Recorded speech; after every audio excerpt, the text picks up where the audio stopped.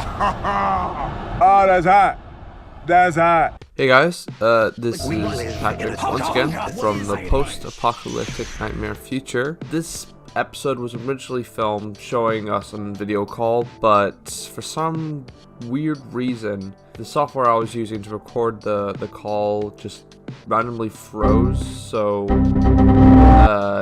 yeah, what we decided is we're gonna just use our, animated selves for this episode of the podcast. I don't know, I think it works, I think it looks pretty cool, and I think it makes us look a bit more distinct to other podcasts. But yeah, let us know what you think, and if you prefer this style. If not, we'll try a video call. And like I said, donating to Patreon, will be linked in the description, would help a lot with myself getting better software to actually capture the footage, because then we don't have to deal with this whole freezing situation. But anyways, yeah, enjoy the episode, and in the meantime, I'm actually getting early access to Zack Snyder's Justice League, so yeah, I'm gonna go and get that sorted, and I think the truck's out the side with the movie, so yeah, I'm gonna go do that. See you guys later. Bye.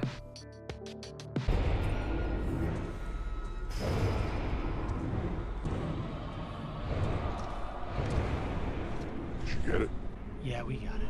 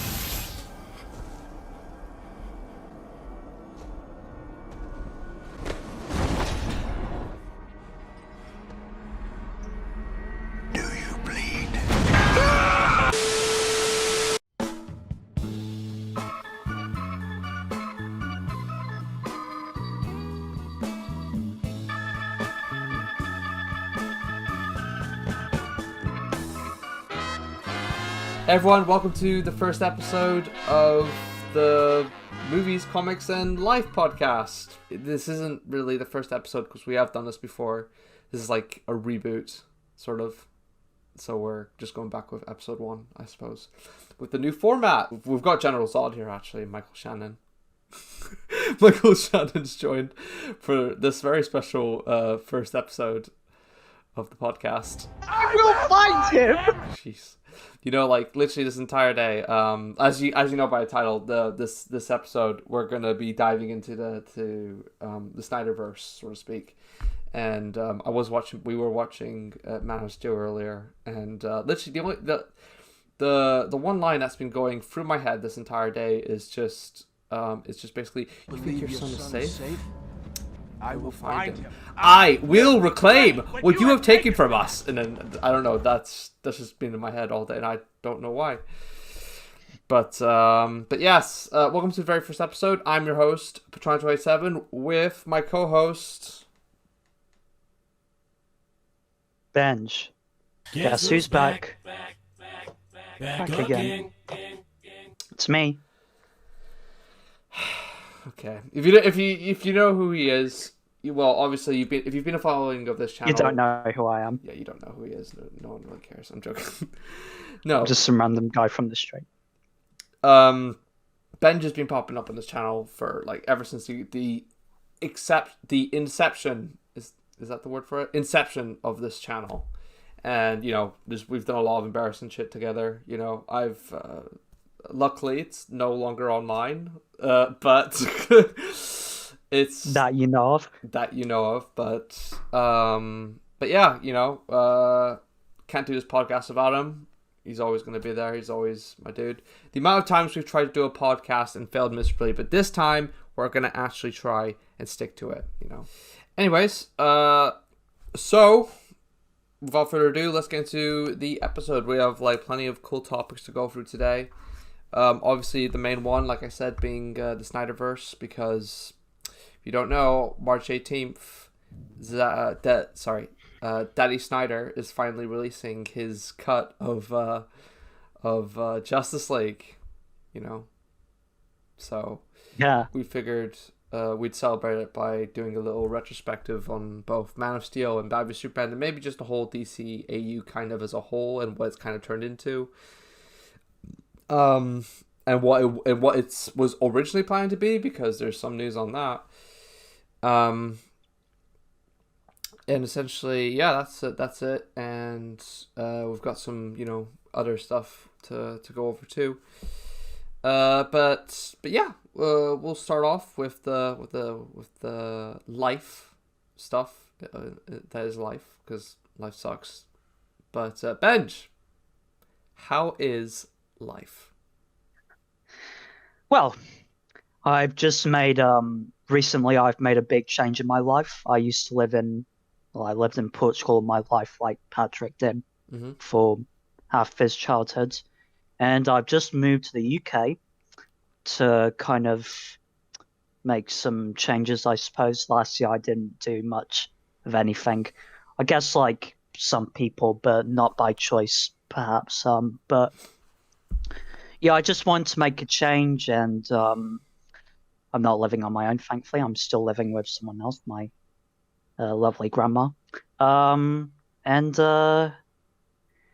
Yeah, I've found a job, and I've just been doing hand stacking in warehouses and stuff. It's not an exciting job, but how many hours do you work?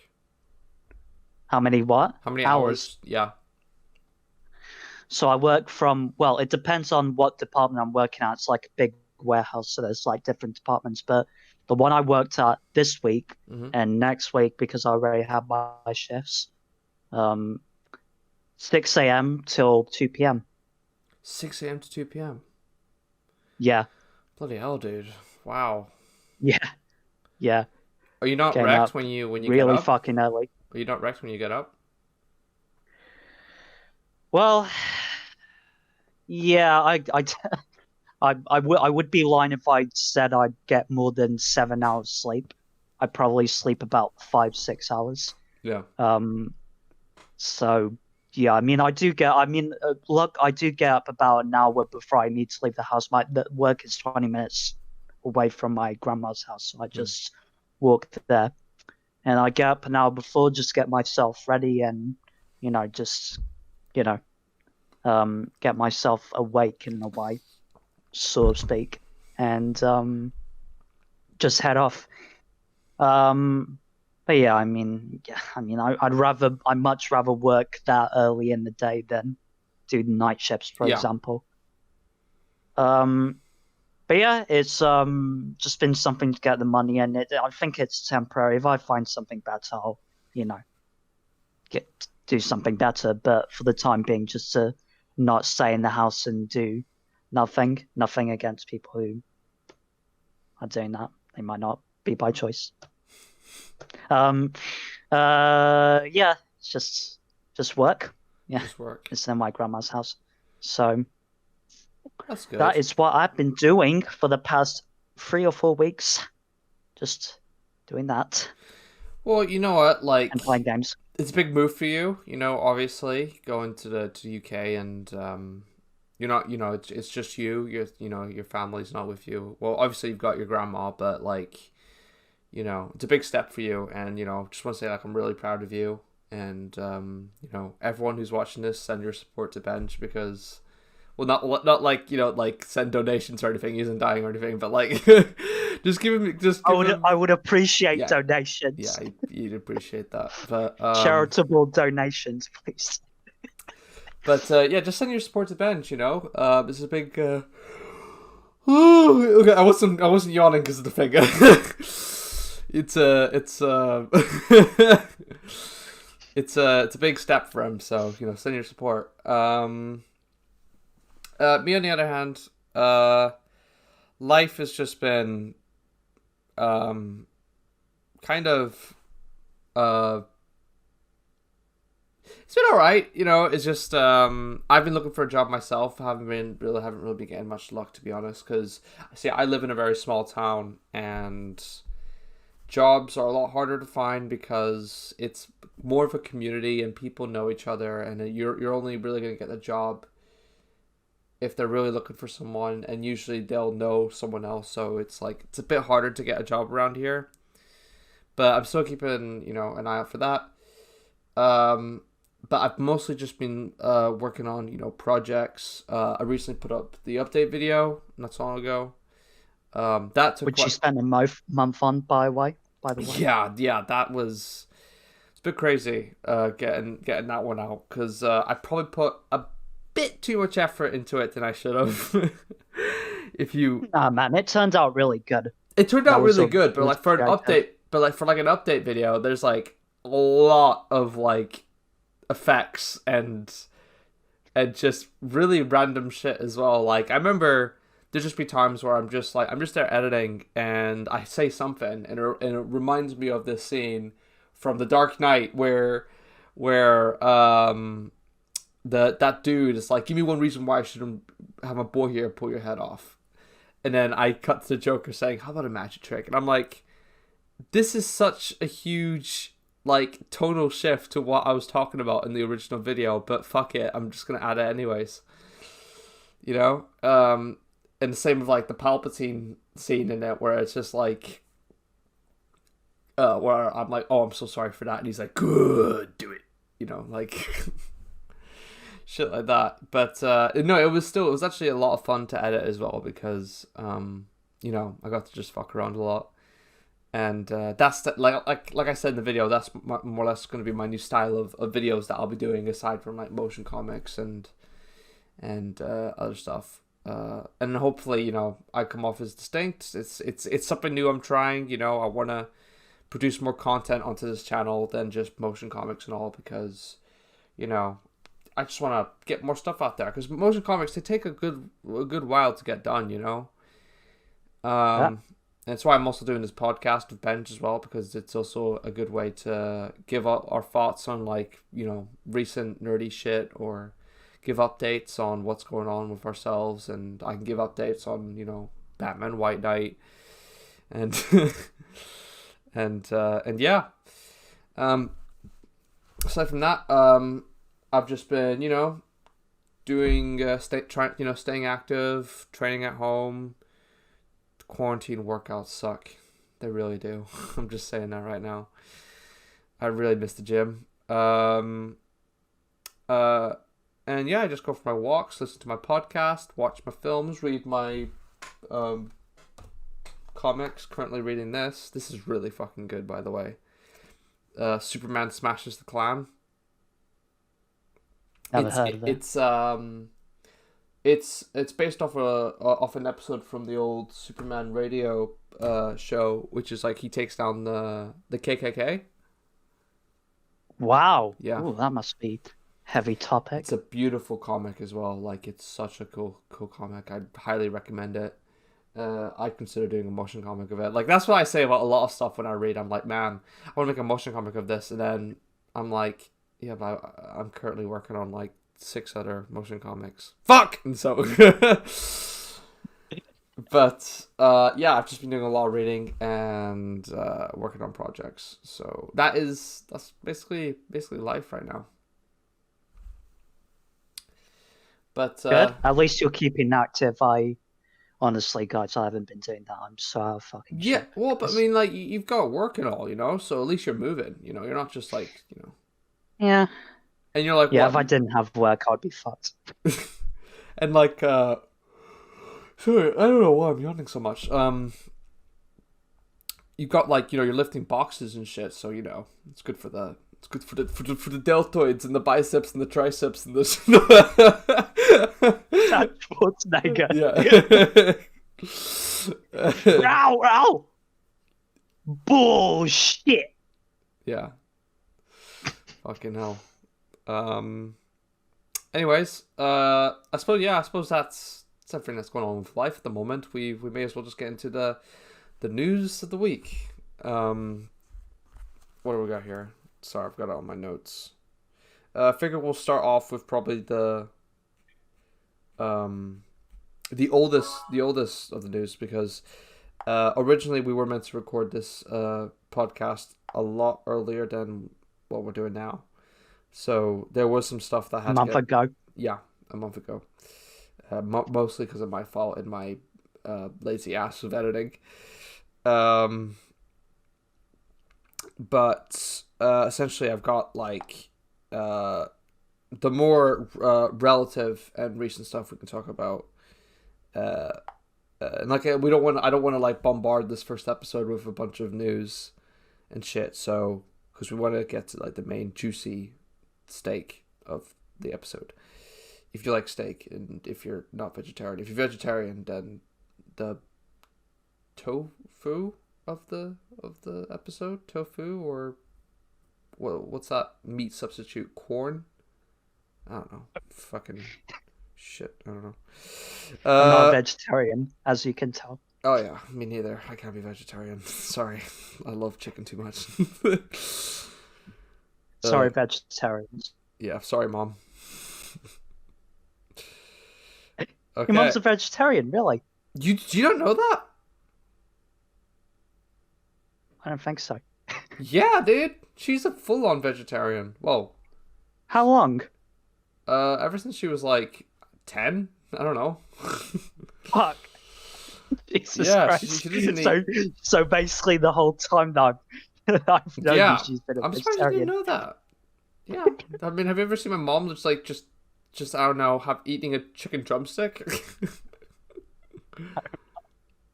Fuck. No. I never noticed that. No. I mean, maybe I did, but I just forgot. I mean, technically she's, what's that word? Is it pescatarian? Is that the word? It's like you're vegetarian, you don't eat meat, but you can eat fish every now and again. Well, she eats fish every now and again. Like she'll eat like tuna, which, you know, I suppose makes her pescatarian. But like, yeah, she basically eats no meat or whatever. But fucking hell, she's not vegan. I'll just tell you that. She loves her cheese and milk. Yeah. Love you, Mom. All right. So first topic. So essentially, on another pretty popular podcast, one of the main inspirations for this podcast, you could say, Fat Man Beyond, originally Fat Man on Batman. Basically, it's the Kevin Smith podcast he does with Mark Bernardin. And essentially, on the podcast, he enlightened in saying, well, basically giving us a bit of a hint that HBO Max are apparently developing a sequel to Batman the Animated Series, which is, I suppose, technically Batman Beyond, but in this case it isn't. And we've also got a sequel comic that's already currently coming out, which they've actually just announced a second season to that comic. It's called Batman: The Adventures Continues. Not sure if you've heard of it, Benj, haven't you? Yeah. Yeah, it's like it takes place after the last season of the Batman the Animated Series, and it's like a continuation. It introduces Jason Todd to the universe and shit like that. And I was really hyped for it, but ultimately I am underwhelmed by it. That's what I'll say. But do you think they'll adapt those stories if they make this? No, I don't think they'll adapt those stories. See, like, right, I had such high hopes for, like, before we talk about the HBO Max thing about the comic. I get like a lot of comments saying on, like, you know, White Knight saying, so you gonna do the Batman Adventures Continues comics? And like, the truth is, at the start I was considering it because obviously I'm a Batman the Animated Series fan. I fucking love that show. So I was like, oh, fuck yeah, I'm gonna do a motion comic of this. But after reading like the first couple of issues, and it wasn't like coming out as your usual issue. It was like, it's digital first, so like they release it in like chapters, and like the way to do it in chapters is like like 10 pages every 2 weeks, and it's a bit frustrating. It literally takes you maybe 5 minutes to read the thing. Yeah. And essentially that made it a bit more frustrating to read. But ultimately, I don't know, the stories just weren't that exciting. I mean, there's a few cool ones. Like there's a Deathstroke one that was pretty cool. The Red Hood one, the final arc of the series, had interesting moments, but overall was just really convoluted and really felt forced, because when you think about the timeline of Batman the Animated Series, it's just like there's a very short period where Batman loses Dick as Robin, loses Richard Grayson as Robin, and then gets Tim Drake. Like there's essentially a comic about it called Batman the Lost Years, which shows the gap between that time. And essentially it's a very short period, kinda. It's only a few years. But he does get a Robin in this comic, which is Jason Todd, within that time. And it's really, it feels forced. I'm not going to go into much detail into that, but yeah, the comic run wasn't that impressive for me, at least. The art is beautiful. It's a shame too, because it should be good. It should be good because it's Paul Dini and Alan Burnett, the guys who wrote the original animated series episodes. Well, they wrote pretty much the best ones, you could arguably say. But no, it's just a bit hit or miss. But and there's also there's so many weird convoluted time things about it too. There's this moment in one of they did a holiday special during Christmas, I think, yeah. And literally the Joker makes this reference to HBO fucking Max. To HBO Max within the series. And you're like, wait a minute. So technically this should be taking place during the early 2000s, because the Batman the Animated Series takes place, it ends during the end of the 90s. And this is between Justice League and Batman the Animated Series, so it's the early 2000s. That's the DC Animated Universe timeline. If you want to go more into it, go check out Watchtower Database over on YouTube. Those guys are the DCAU lords. They know everything about it, and they're awesome. I love those guys. Go check them out. They have a whole timeline shit about it. But basically, the DCAU does just basically take place in the 90s and the early 2000s, essentially. When they came out, yeah. Yeah, so if HBO Max exists in the early 2000s in this universe, it's what? It's I don't know. So he didn't mean HBO, just HBO. He literally meant HBO Max. Yeah, he literally meant HBO Max. He said he was saying it to Scarface, if I can remember. And he says, "We'll chill at my place, and I'll put on some HBO Max, and we'll get some popcorn." I'm like, what the fuck? What the fuck? That's an error in continuity, I think, if that's the right word. But anyways, off that, I was going to save that rant for later of the comics, but might as well get out of the way now. So ultimately, if they're going to make a sequel to Batman the Animated Series, it's just I obviously I'm intrigued by it, but at the same time I'm kind of very cautious, because Batman the Animated Series is a very special show to me, and it's so easy for them to fuck it up. It's so easy, and I would have probably rather preferred if they brought something like Justice League back. It would probably make a bit more sense, because literally the cast of that show is always petitioning to be brought back and stuff like that. But you see, Batman the Animated Series, it has a legacy of just being ultimately the best animated show, or the best. Well, I don't want to put a claim on that. It could arguably be said, for me it is, but basically it's the best superhero it could arguably just be said to be the best superhero show of all time. I'm just gonna say it out there. It could just be that. But from recent years, from the DC animated stuff we've gotten, there's a lot of hit or misses. And the last time they tried to do anything with the Batman the Animated Series universe, not the DCAU, because the DCAU, the last thing they did was Justice League versus the Fatal Five, which was all right.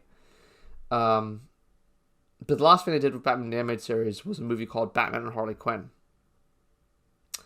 And yeah, I don't think I even saw that. Yeah, don't. It's not good. It's really fucking stupid. But like the animation is, obviously it's updated from the original animated series, but it's like it looks good. The animation looks good, and it's the same cast and shit, except for Harley Quinn. They got the girl from Big Bang Theory to voice her, which sounds a bit weird. Who's voicing her, and then you no show. no not Kelly not that Cuoco. one. No, it's the other one who has the very high squeaky voice, if you can remember. The one who dates what's his face, Sheldon. No, not Sheldon. Howard. You know who has the bull? Like Howard. He lives with his mom. Can you remember that? I don't like it very much. I just remember certain characters. I don't know. That's just a show. I'm sorry, I don't like Big Bang Theory. Whatever, some girl from the Big Bang Theory. Yeah. Anyway. Basically, she voiced it. But yeah, like I said, last time they did that, like they went into that universe, they made that, and if they're gonna make a sequel to Batman the Animated Series, I want them to bring their fucking A game, okay? I want them to bring, like, I don't want like mediocre stories, okay? I don't want Batman the Adventure Continues type stories. I want really good, solid stories, the type we got in Batman the Animated Series. And you know what? I'd even be open for them to even be bringing in fresh new blood, fresh new writers, like, even comic book writers we have today, like Peter J. Tomasi or Sean Murphy would be a great example. Just writers we have today, essentially. You don't have to, like, obviously Paul Dini and Alan Burnett can be involved and shit, because obviously it's their baby. And Bruce Timm, but like keep a leash on Bruce Timm, because otherwise you'll have Batman and Batgirl fucking in the first episode. Yeah. But essentially on the Batmobile this time. On the Batmobile, yeah. But essentially, it's just, I don't know. It's just, I should be excited, but I'm just a bit like worried. It's not confirmed at this point, but I just kind of, I'd be really, like, obviously excited to see it, but like at the same time, I just don't want them to destroy this amazing, beautiful series that I hold deeply to me, basically. But yeah, just don't fuck it up. That's all essentially I really have to say. Yeah, that's if they're making it. It's not confirmed. Yeah. It might just be a rumor, like an idea that they throw around. But yeah, but like I said, I'd be like, if they said that they were bringing back like Justice League Unlimited, I'd be like, fuck yes, do that, because I think that'd be perfect. But see, like Batman the Animated Series is a bit like, okay, this is a pretty big deal. And I'm not saying Justice League Unlimited isn't, but I'm saying, like, Batman the Animated Series was a start of it, and it has a legacy, of just being like this big fundamental thing. So you don't want to mess with that. But yeah, that's pretty much my thoughts on that. I'm not sure if you have much more to add, Benj.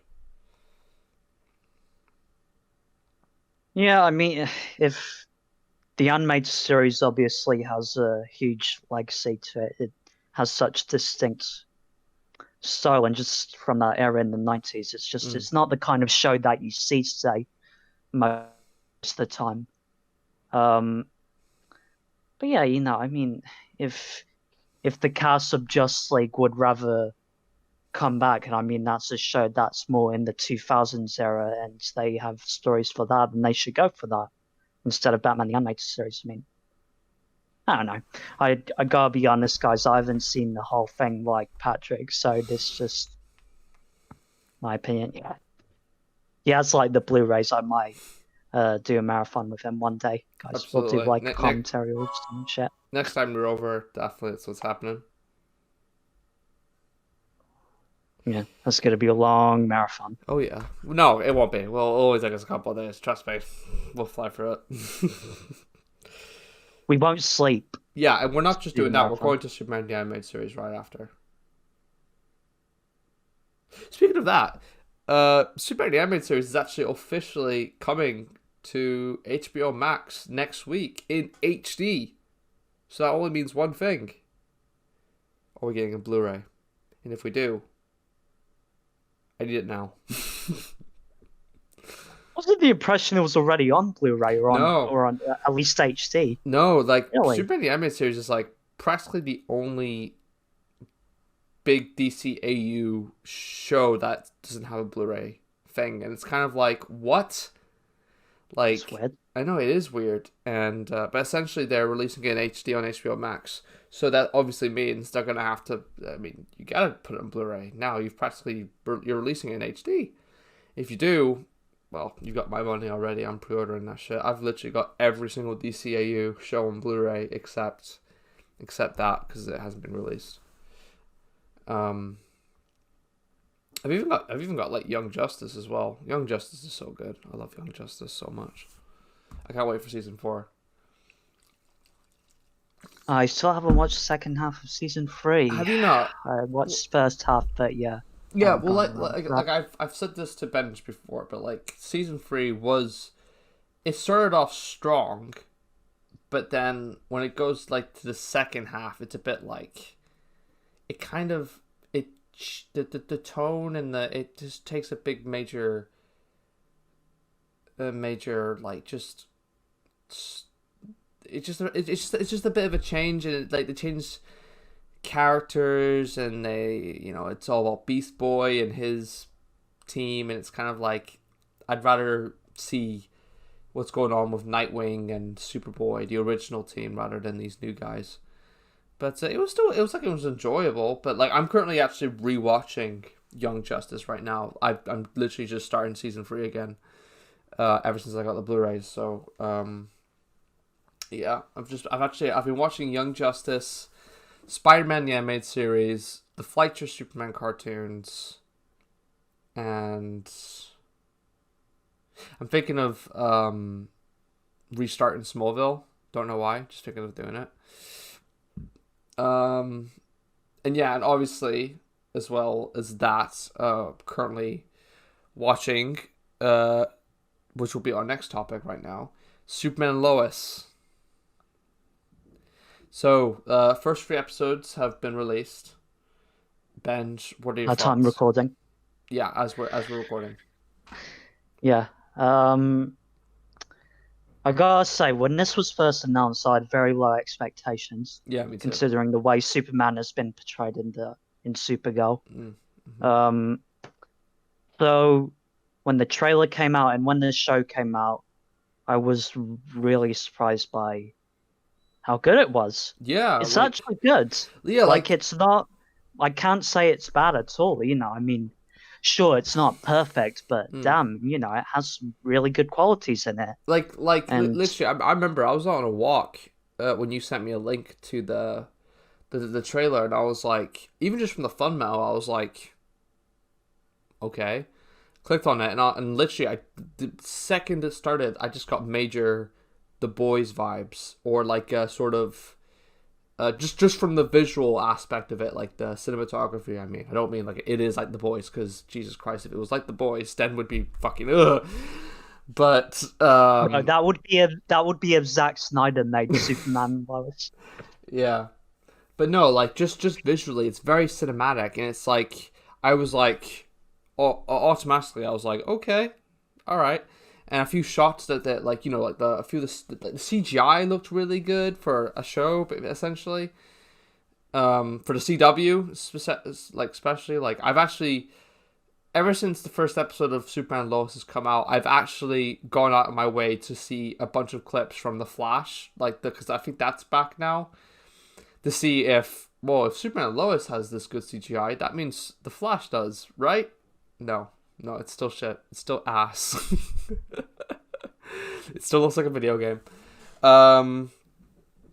But no disrespect to people who love The Flash. If you love The Flash, that's fine. But yeah, like Benj has been saying, I was not expecting this show to be as good as it actually is. Like, I really do like this show. And a bigger surprise for me is how much I actually like Tyler Hoechlin as Superman. Even though I've said this to Benj before, I can't help but notice how good he would be as Batman.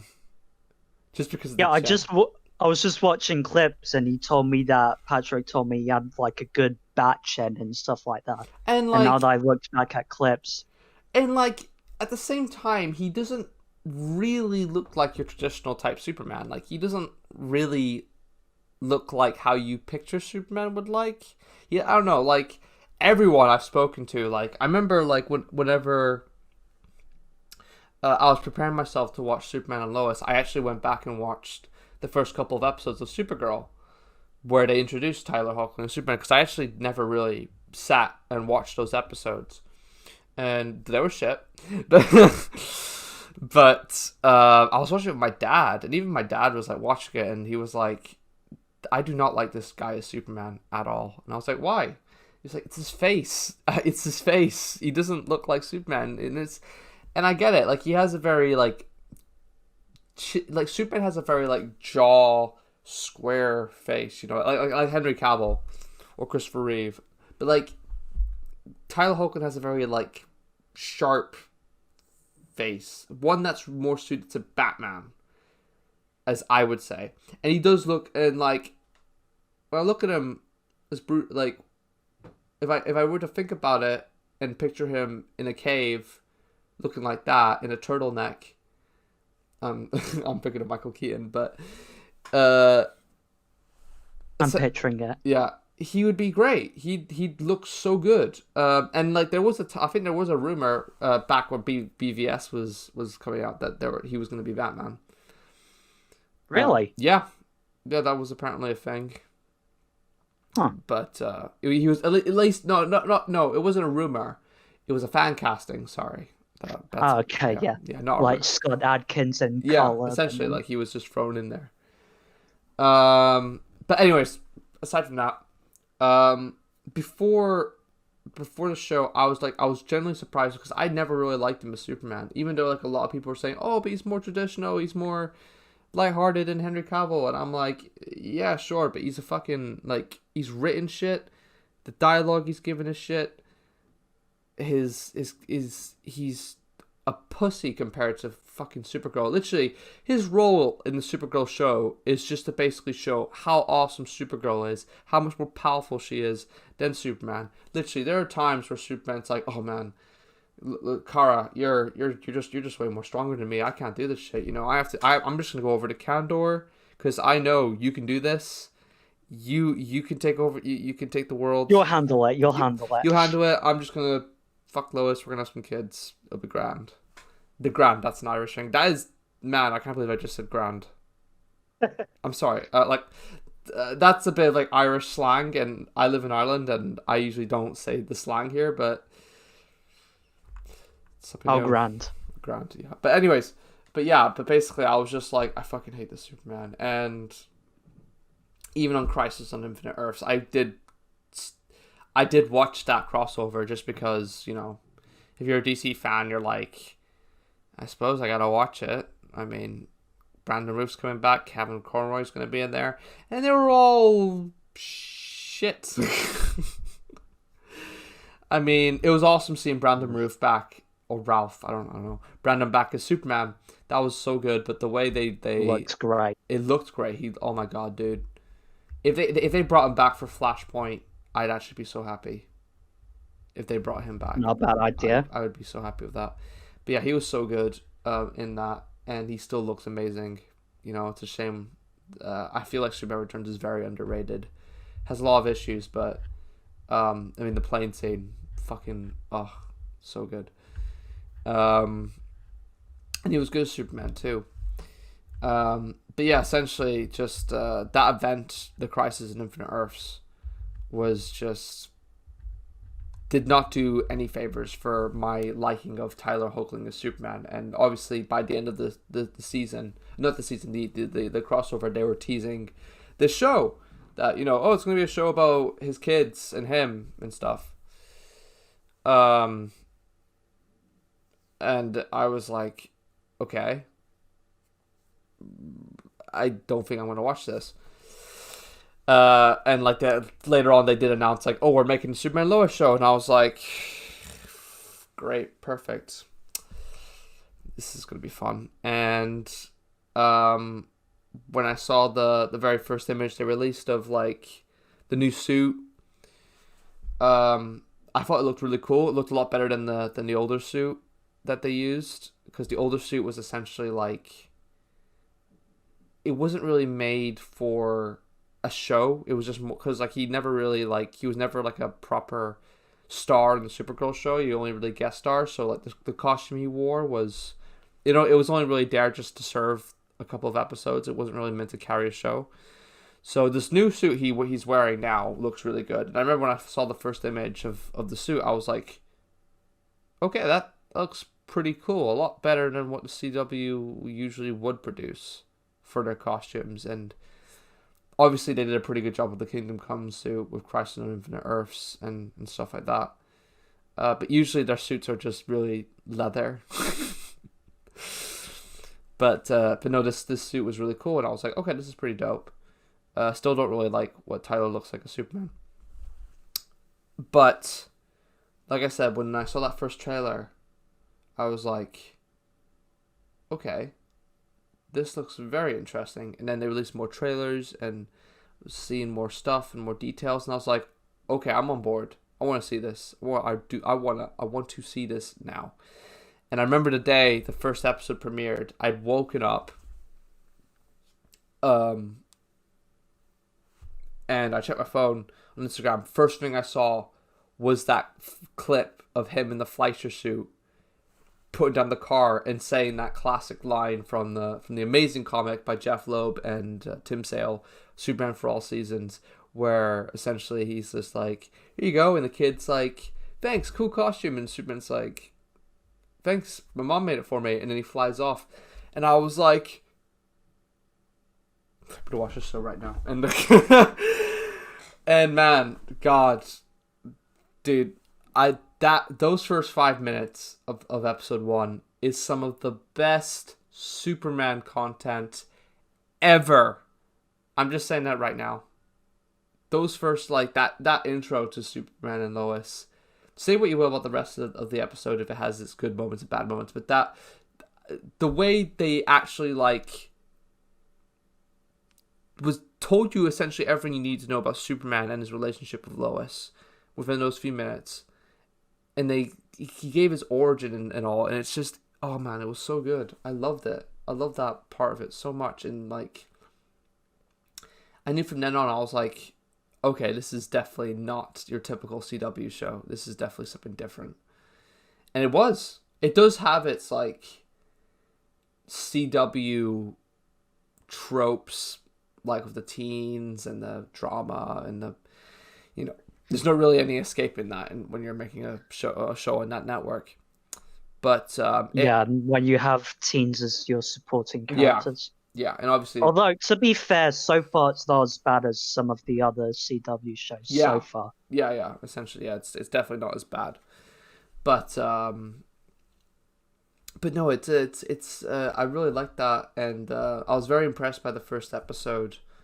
Overall, like, I was not expecting it to like it that much. And I gotta say, I'm actually really, really happy and excited to be a Superman fan again. Because for a period there, it was like, we got nothing. There was nothing for us. Like, you know, Batman was getting, like, comics and movies and news and shit all over the place. Same with, like, all other superheroes. But Superman was just kind of like, what, Henry Cavill might come back. We don't know. But Speaking of which, oh yeah, we're gonna get into that. We're gonna get into that. But no, I just want to say it's like it's so happy just to be like a Superman fan again and get all this awesome content, and even the comics are starting to pick up a bit too. They've got rid of Michael Bendis as the Superman writer. He just long story short, his run on the comics was not good. He fucked up a lot of shit. But yeah, essentially, I'm really impressed with the show. There have been a few moments here and there where I'm like, okay, that was a bit weird. The CGI is good, but like obviously it does have its moments where like it does look a bit weird and off and shit, but that's expected. But no, I'm honestly really liking it. The story seems to be very interesting.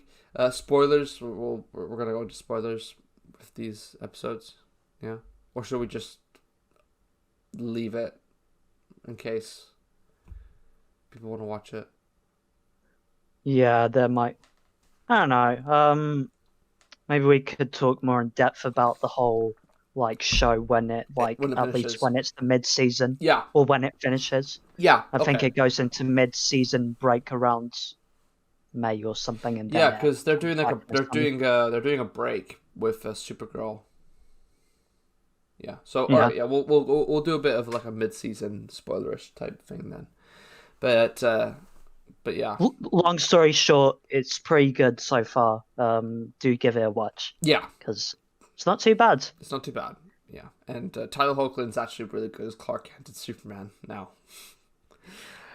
Proof that scripts matter. Yeah, very much. And like whoever's like directing you in terms of acting, because all the performances in this are like so much better than all the other shows. Like everyone does such a great job, you know. But yeah, definitely. I definitely highly recommend it. What's next on the list of topics? I should probably be a lot more organized than this. Oh, actually, we've got another show we could briefly talk about. So WandaVision just wrapped up. Yes. I just want to say right off the bat that I was enjoying the show, but I wasn't really as obsessed with it as everyone else was. Like, everyone on the internet, after every episode, was theorizing, like, oh, Doctor Strange is going to appear, and Mr. Fantastic, and all that shit, and Mephisto, and all. And sure, and there were... Magneto. Yeah. And sure, there was, like, that cool moment where, like, Quicksilver's back. Well, he's not back, but it's like they got Evan Peters from the X-Men films, which just turned out to be a boner joke. Spoiler alert, by the way. Yeah, spoiler alert, yeah. Shit, sorry. But I mean, like, look, the show is finished, but chances are, if you're watching this, you've seen the show, okay? Like, you must be, like, a real nerd to be here watching this podcast. Hopefully. Yeah. But, no, I enjoyed it overall. I thought it was a pretty good show. The finale, I will admit, I was a bit one of the casualties that did have their expectations a little high, because I was seeing a lot of like stuff on Instagram and people teasing, and even the actors themselves were kind of like teasing big shit that was going to happen, and I guess our expectations were kind of not really met. Cause like it kind of turned into this big like action episode, like the first 8 episodes, or the 8 episodes, not the first, because it's the first and last 8 episodes. No, whatever. It didn't have a lot of action, and then suddenly the finale just turned into a big action set piece for 30 minutes, and it just kind of. Yeah, it definitely could have ended better. Although, I mean, they hyped it up, the actors, the first before it came out. But Yeah. then as it like got, closer to the release date, there were actors that were saying people are going to be disappointed. Like the actress who played what's her name, fucking Monica, was like, people are going to be disappointed maybe with the fan because of the fan theories. And I was like, I was honestly hoping Doctor Strange was going to appear now. I thought he was going to appear now, at least for a Yeah. mid-credit scene, and he did not. But there was Spoiler like the after credit scene where like essentially Wanda's doing the whole outer body sort of possession thing that that Doctor Strange sort of does, like whenever he's Yeah, yeah. doing Sorcerer Supreme shit. Yeah. By the way, Elizabeth Olsen, that new suit. Yeah, that suit is pretty hot. But yeah, I mean, overall, I enjoyed it. Definitely looking forward to see where this goes. Like, Vision is back. He's back from the dead. Yeah, he's coming back, definitely, that White Vision. Yeah, He's definitely coming back. Yeah. Who looks pretty cool, by the way. Yeah. I actually really liked the look of him in some shots in that finale. Looks pretty nice. Yeah, I really dug it. But yeah, I mean, I don't really know what else to say that hasn't been said. It was just overall just a pretty cool show. It was definitely something different in the MCU, and we've got Falcon and the Winter Soldier coming up next week or this week, whatever. And that's probably be a bit more back to basics, I'd say. Yeah, it'll probably be more typical MCU, I would say. Yeah. It's not going different places like with sitcoms, and Yeah. it'll be more like typical MCU. I mean, as long as it's entertaining. What was your favorite sitcom era? Ooh, 80s maybe. The 80s. I like the 80s one. 80s one. Was that? I can definitely say my favorite intro is the 80s one. Without question. Is the 80s one the one where Quicksilver comes in at the very end? Yeah. Yeah. And the intro's like showing them as babies and children. I actually really like really cool themes. I really like the Halloween Malcolm in the Middle one. That one was pretty good too. I actually really liked that one. I think that was probably my favorite sitcom era. Probably because I also grew up with that era as well, so I kind of had some reminiscent to it. But no, yeah, it was just pretty cool. I really enjoyed it. Obviously, it wasn't as grand and big as we thought it was going to be, but it was still cool, still fun, and yeah, I guess that's pretty much it for WandaVision. Yeah, I'm going to talk about the Quicksilver thing real quick because they brought Evan Peters back who played Quicksilver. They made him Quicksilver again, and and then they made him basically just some random dude. I mean, I knew something was off because there were leaked clips that I saw that showed him and him saying the line, "It's not like your dead husband." Yeah, I saw that. Twice. Yeah. And when I saw that clip, I was like, "This guy's not Quicksilver." Yeah. No way he would say that. There's something wrong here. So I knew something was off. They could have made it like I saw theories, which was like he was being mind controlled by Agatha. Then when he would come back, he would be the Quicksilver from the Fox universe, which would be insane. Yeah. But they didn't do that. They just made him Ralph, her husband. Her husband. Her brother. Yeah, it was. I don't know if that was the right call. It's definitely low. I was really hoping that if they were doing that they would bring Michael Fassbender back, for example, as Magneto. Yeah. Because if he came back as Magneto, that would be the shit out of everyone. But yeah, they just.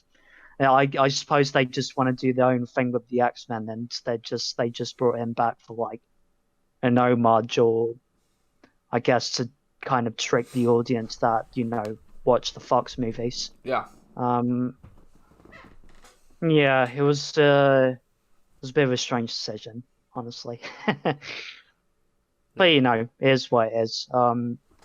And really was hoping Doctor Strange was going to appear in there, but I read that because of COVID, like the COVID apparently impacted the finale, and there were plans for cameos, and maybe Doctor Strange was originally going to appear in there, Yeah. and COVID fucked things up, Yeah. But yeah, overall, I thought it was entertaining. I enjoyed most of it. I enjoyed watching it. It was entertaining. It was a good start to the MCU shows. It wasn't shit at all. It was good. But yeah, it's not perfect. Yeah. A solid 8 out of 10, I would say. Yeah, I'd probably give it a solid 8 out of 10. Yeah, I think that's pretty good. So Marvel's actually just announced the new title for Spider-Man 3, which is called No Way Home, which is, not surprising that home is in the title. That seems to be what they're going for with these trilogies. It's better than those joke titles that Tom Holland put in the other actors. I remember when I first saw those titles, I was like, that's a joke, right? Yeah, frankly it was. Because I remember, the first one I saw was the one by Jacob, not Tom Holland. So literally, it was just the Jacob one. I can't really remember what he posted was. I think it was, I don't know. I actually can't remember what it was. I think it was Homewrecker. Was it Homewrecker? I can't remember. Yeah, I can't remember. I think Tom was, homesick or some shit. Yeah, homesick or some shit like that. But either way, they weren't really it didn't really grab my attention when I first saw it. When I first saw it, I was like, really? That's what they're going with? Yeah, I was like, that sounds stupid. Yeah, and then when I saw the Tom Holland one and then I saw Zendaya, I was like, okay, what? And then I was like, all right, this is a joke. And then obviously the next day they released the actual official title, which is No Way Home. Which, I mean, is pretty cool. It sounds pretty cool, I suppose. I mean... Yeah. It fits with the trilogy, I guess, with Far From Home, No Way Home. Yeah, that's true. And, I mean, it doesn't really, make it obvious if this is going to be a multiverse movie or not. I mean, at this point, it's kind of... Don't want to say it's confirmed, but it's, it's in the realm of possibilities. As we know, Jamie Foxx is going to be in it, and Alfred Molina. Yeah, and apparently Willem Dafoe. God, that would be crazy. Yeah, it would be crazy. If all of them were in there, that would be just... But nuts. I don't think it's I think it's more likely that it's going to be different versions of the characters rather than the versions from the Raimi and Mark Webb films, Yeah, they'll probably do like they did with J.K. Simmons. Yeah, so it could be a sense of them being from different universes or some shit, or it could just be the MCU's version of the characters and they thought it would be cool to reuse actors. I don't know. It'd be a bit confusing for, I'd say, a lot of people, but it'd be pretty cool. I mean, there's obviously the possibility of everyone's really kind of theorizing about Tobey Maguire and Andrew Garfield coming back, which obviously, if you know me, I just love Andrew Garfield. He's my favorite Spider-Man, despite what everyone says and shit. But I don't know. I mean, do you think they'll come back? I don't know.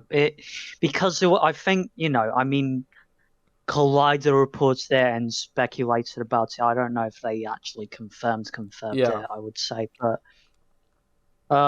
it was coming out from, for example, with WandaVision, let's get back to WandaVision. I remember seeing certain leaks for that from certain people who say certain things like Tobey Maguire is confirmed to be in it, he's signed a contract, and Yeah. And then most of those guys got the finale for WandaVision wrong. They didn't get a lot of the stuff right. So it's possible that people that it's possible they might not be in it. It's possible, since Tom Holland is saying that they're not in it, which he could be lying. He could have learned his lesson about not spoiling shit, finally. Yeah. But it's also possible he's telling the truth. And that would disappoint a lot of people, definitely, because people have this expectation already about them returning. Yeah. Hell, even I have that expectation a bit. And I don't know. As long as it's a good movie, maybe people won't care as much. I mean, I guess the fallout from that would be similar to WandaVision, with all the theories being blown out of proportion. And well, actual like if what I was gonna say was like in the sneak peek trailer that they put out, or it wasn't, with Tom Holland and Jacob and Zendaya walking out of the office, they had like this like not mood board, like a board essentially with like scrap titles. Yeah. And one of them, where it has the title. Yeah, and one of them was like literally, I think it was Spider-Man. What was it? It was like worlds. It was something to the multiverse. Yes, right? Something it was like away from home, or like worlds from home. I don't know, some shit like that. But essentially, it just said home worlds or something. Yeah, that was it. Yeah, home worlds, and could that be a tease? I don't know. Maybe. Who knows? It would be very ambitious if they actually got those two back. Well, apparently, considering the last time I saw Maguire as Spider-Man was when I was 6 years old, and he was the first Spider-Man I ever saw. But let's be honest, he's never really left. He's never really left us, to be honest. I mean, I still see him every day on Instagram, on Twitter, on Facebook, whether it's a meme or just whatever. Like, for Christ's sake, the amount of times I used him in my update video for jokes and shit, True. Yeah. I've talked about this with a few people, but like a cool way I thought would be interesting if they did bring back Andrew Garfield and Tobey Maguire, and it was their original versions. Well, not their original versions, sorry, their versions from their movies. What I would probably like to see would be like Tobey Maguire, an older Spider-Man who is essentially, if you know the comic Renew Your Vows. Renew Your Vows. Essentially a comic about Peter Parker and Mary Jane and their kid, their daughter, I think it is. And it's not canon to the comics because Marvel hates. Well, not Marvel, sorry. The Dan Slott hates Peter Parker and Mary Jane being together. They hate it. They don't like it. He's responsible for what's it called? One More Day. One More Day. Yeah, that's it's called. Yeah. So Marvel aren't really the biggest fans of Peter Parker essentially growing up. But basically that comic is like a alternate reality where he does actually grow up, and it's actually an interesting concept. And unfortunately, that series is written by Dan Slott, so it does have a lot of weird shit in it. But like, essentially, he's also responsible for Doc Ock Spider-Man, right? Yeah. But apparently, that series is really good. Superior Spider-Man. Apparently, like they say, it's really good. I haven't read it, but I've heard it's good. Anyways, I want Peter Parker essentially to be that version, but perhaps like, I don't know if he should be retired or not, because I feel like that would be really cliche if he is retired, because we've seen so many fucking retired superheroes in alternate realities. Like, for Christ's sake, in Crisis on Infinite Earths, Clark Kent from Smallville's retired, Well, I think that was Tom Welling's choice, honestly, not the writers. It was actually literally, that was apparently what he said was like the main reason why he even came back. He said like, you essentially wrote the one scene that I could not say no to. Yeah. Yeah. So I guess that, yeah. But I mean, like, I can choose from different things, you know. Like we always see, like whenever there's like a future of a character, they're usually retired or some shit. And I don't know if I want to see that for Tobey's Spider-Man. Although, like, I feel like it would make sense because I can imagine him being retired, but maybe not. I like to think of like maybe Tobey Maguire's Spider-Man is like he is the only superhero in that universe. So like obviously he would stick around. So yeah, either way. Yeah, and be more world-weary, wiser. Yeah, it would be a nice change, like compared to like the other Spider-Man. It would be a nice difference. And I mean, I don't know what they would do with Garfield. I was going to get to Garfield, but I think with Tobey, you give him a beard. I think a beard would be really cool. A bearded Spider-Man, that would be. Do you imagine like he like does that thing, that upside down my thing God, with Mary Jane, and he removes that and it's a beard? Yeah, but no, I think he would. Imagine the surprise. I think he would need a beard though, because to be honest, I think if he doesn't have a beard, people are just going to make fun of his baby face. But what will that look like when he has like the mask on and he's Spider-Man? Nah, I know, because like the thing about Spider-Man, whenever he has his mask on, maybe he shaves it.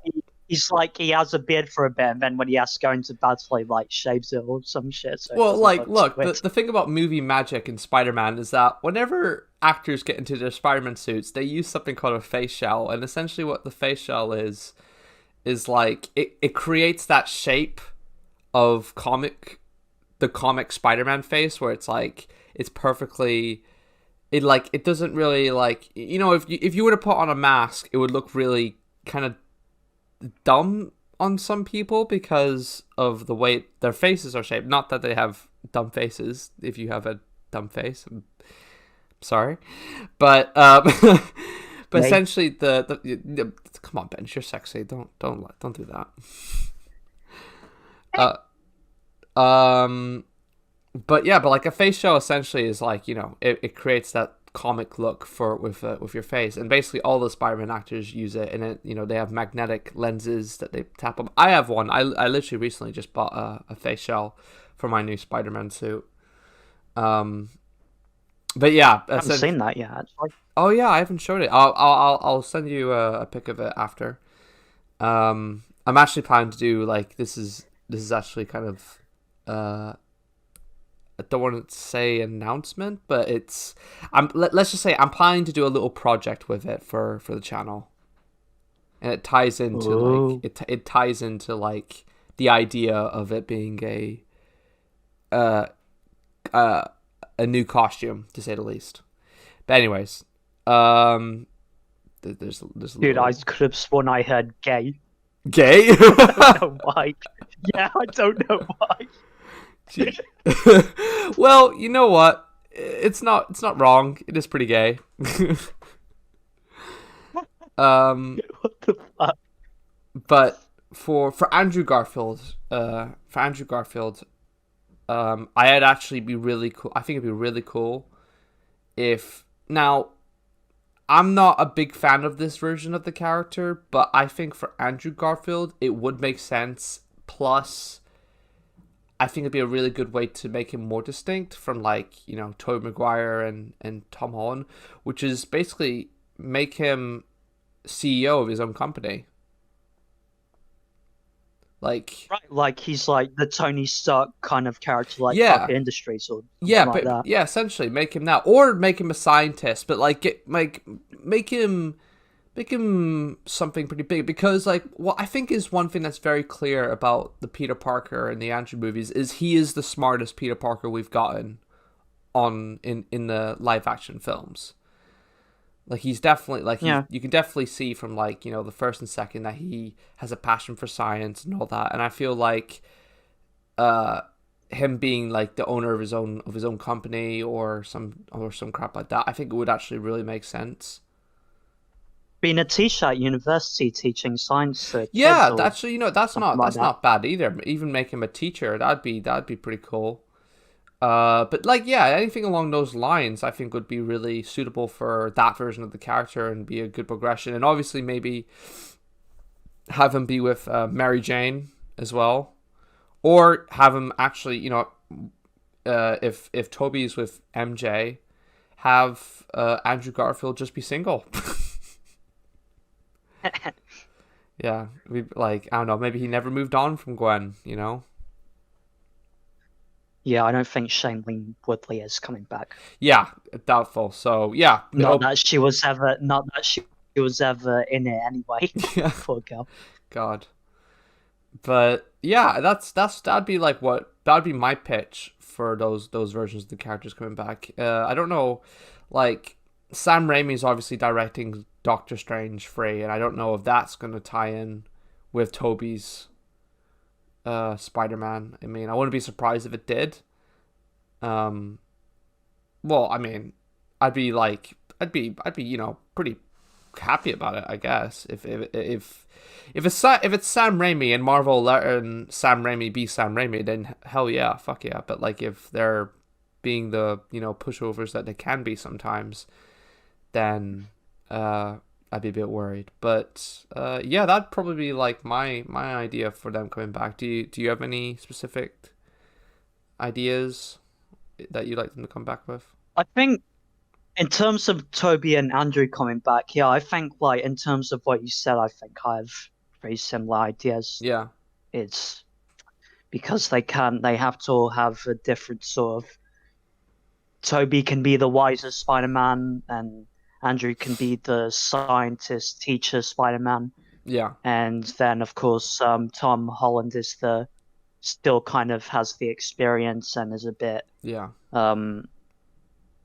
not naive, but he just needs experience in terms of being Spider-Man, while the others might have some definitely have more experience in that and teach him some stuff.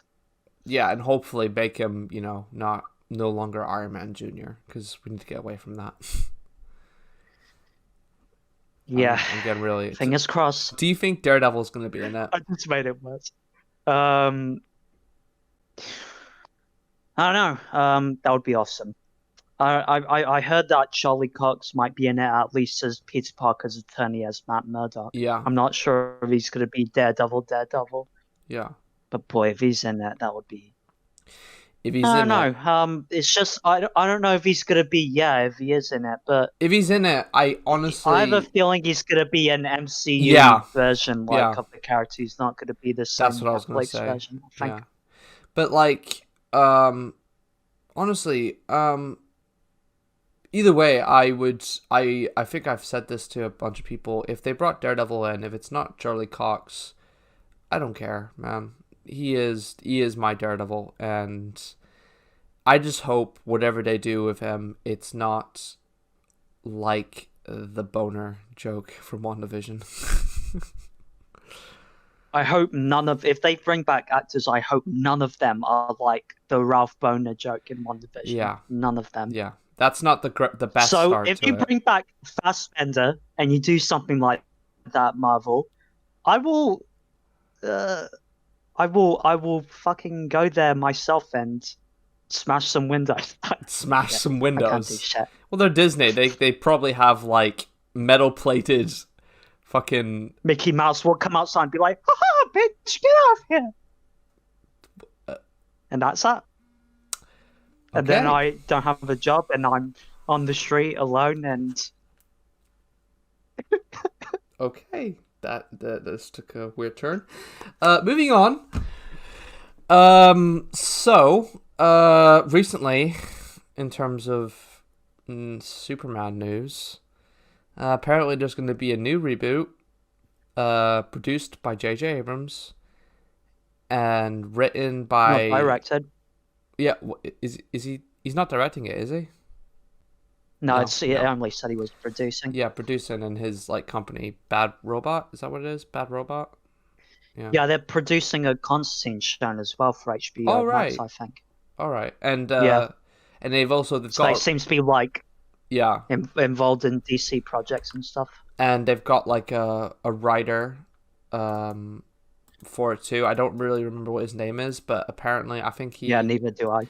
I remember he worked on something quite recently. I think he did some Black Panther comics. Yeah, I think it was Black. Yeah, I think it was Black Panther. But apparently, Warner Brothers are looking to go with a possible black Superman. They're thinking it could be a different universe version of the character, which is like, what's his name? It's like a Zod, apparently, or Von L. It's like from Earth 2 or something like that. Yeah, I think I've seen pictures of that version. Yeah, somewhere. And people are obviously fan casting with Michael B. Jordan because wasn't he rumored to be Superman at that one stage? He's been rumored to be Superman for I don't know how fucking long. But I read after this report came out, that they pitched him this movie to him, and he said no, and he's not involved anymore. So I don't think it's going to be Michael B. Jordan. Yeah. If they cast, if they go forward with this movie, then the writing stages could go either way. Yeah, but I mean, and just the idea, right, that they're making a new Superman movie, whether it's a black Superman or not, the fact that they're making a new Superman movie and it's not with fucking Henry Cavill, it's like, what are you doing? Henry Cavill, he is constantly on Instagram posting about, not constantly, but let's just say he doesn't shy away from the fact that he loves Superman and wants to still be Superman. He's always showing it. And he hasn't played this character since 2016 when they were filming Justice League, 2017, they did do the reshoots in 2017. I forgot about that. But does that really count? No, I'm joking. Well, but yeah, I mean, you've got Henry Cavill, a Superman, an actor for your universe who could so easily, and I truly believe this, I feel like Henry Cavill could easily be the RDJ for their DC films if he had the right director and writer behind the film. Because he just, you look at him and you're like, fuck, that is Superman. He is Superman. Just like you look at RDJ and you're like, that is Iron Man. He acts like Iron Man. Same with Henry, he is essentially a British version of Superman. He is the kindest man alive. He's such a gentleman, and he could so easily just be I know people were saying Ben Affleck would be that, but let's face it, he's not. Ben Affleck he's just, I'm not saying he's unreliable, but we've seen his history with the character of Batman. He's always on and off with it. But I'm glad he's on it now. Of course, I'm excited to see him in Flashpoint and obviously the Snyder Cut again. But yeah, I just feel like a great Superman movie would really, with Henry Cavill, is really what the world needs right now for Superman. Not a reboot with a black Superman to just make him more relevant, essentially. It just feels like the fact that they're just making him a different color is just so they can make it more relevant. Yeah, I mean, if they're doing it for that reason, then they shouldn't go forward with it. It's been proven time and time again. I mean, I can only think of one example, which is the female Ghostbusters movie. Yeah. For example, if they're doing something like that with Superman, Warner Brothers is going to get crucified. Yeah. So they have to consider their options. Henry Cavill wants to be Superman. You guys can, Warner Brothers, if they look hard enough, can find someone that actually likes the character of Superman. I mean, shit. I mean, the Justice League, the Joss Whedon version wasn't very good. But Superman had some of that. Wasn't written, might not have been written well, but there's something in there like that Superman spirit. Yeah. Yeah, exactly. Like Superman and Lois is capturing. Yeah. At the moment. Yeah, I agree. It just depends on the writers and the directors. And honestly, Warner Brothers is just, I think what Warner Brothers is trying to do, I know, they're trying to push this idea of multiverse, But it seems to me with Matt Reeves' Batman movie and with this, that they're trying to get rid of the original DCU actors. It really strikes me as that. Like, besides Gal Gadot as Wonder Woman, or Gal Gadot as I like to call her, she might only have Wonder Woman 3 next, and then she might be done with the character, her and Patty Jenkins. And then who are we going to have? Just Jason Momoa as Aquaman. Oh, yeah, and Ezra Miller's coming back as The Flash. Yeah. But yeah, it's just, it feels like they saw that the Snyder movies weren't very successful, so they just want to scrap that. And, scrap it. They're not exactly scrapping it, but kind of leave it in the past. Yeah. And create new versions. New versions, yeah. They just want to go back to, like, doing, different takes on the characters, what they're doing, like the Dark Knight trilogy and shit. They just want to go back to that. Yeah, exactly. Yeah. Yeah. Which, I mean, would be a bit of a shame because, we have grown attached to these versions of the characters and, there is still so much you could do with them and all that, but I think Cavill deserves another chance. Cavill deserves I think he deserves. I think that, and we'll discuss this more when it's the retrospective. But as I've rewatched Man of Steel and Batman v Superman. Oh man, Superman could have been a lot better in those movies. And I feel like if there were better writers and directors handling that character and Henry Cavill was involved, we would get something that, could be, along the lines of Christopher Reeve. Maybe not as great, but something that's in that spirit. Mm-hmm. But Warner Brothers is just giving up. Yeah. I think Warner Brothers just really don't know what to do with Superman, and it's frustrating too because there's so many writers on Twitter, comic book writers essentially, that like have constantly just been posting about how it is not hard to write for Superman. He is like one of the most relevant characters you could write for today, especially with everything that's going on. He's hope, and that's what the world really needs right now. And people say that Superman is a boring character, but they say Captain America in the MCU movies is really interesting and hopeful and stuff. Yeah. Captain America in the MCU movies is proof that Superman could work if he was written well and directed well. That is a great He example. is proof of that. Mm-hmm. Absolutely. Like I think everyone says, or at least Superman fans and comic book fans say, if someone says Superman is boring, it's because you haven't fucking read a Superman comic. That is essentially it. There is no other argument to be had. That is essentially the reason. But it just if you don't like, could just find him boring because of the movies. Yeah, because of the movies or stuff like that. But like if you don't like the character, that's different. But like if you're just saying he's boring because he's too powerful and all that, then read a fucking comic, okay? Go read All-Star Superman. Go read Superman Birthright, Superman Secret Origin. Here, fucking take my copy of Kingdom Come. I don't care. Just read this shit, okay? Get educated. Rewatch Superman the movie, I would say, because I think some people would say maybe they're like us kids think kind of like me. I mean, I thought Superman the movie was boring as a kid because it didn't have action scenes like Superman 2, when in reality it builds up Superman as a likable, inspiring character in that movie. Yeah. Which makes it better than, I think it's better than Superman 2. Now that I've grown older, I've actually grown to appreciate that movie a lot more. Yeah. And if you guys still think he's boring after seeing Superman the movie, then read a comic. Yeah. Or watch Superman and Lois, because they seem to be doing a good job. Yeah, Superman and Lois. I think we'll do an episode where we'll suggest good Superman comics another time. I think that'd be a really cool episode to do.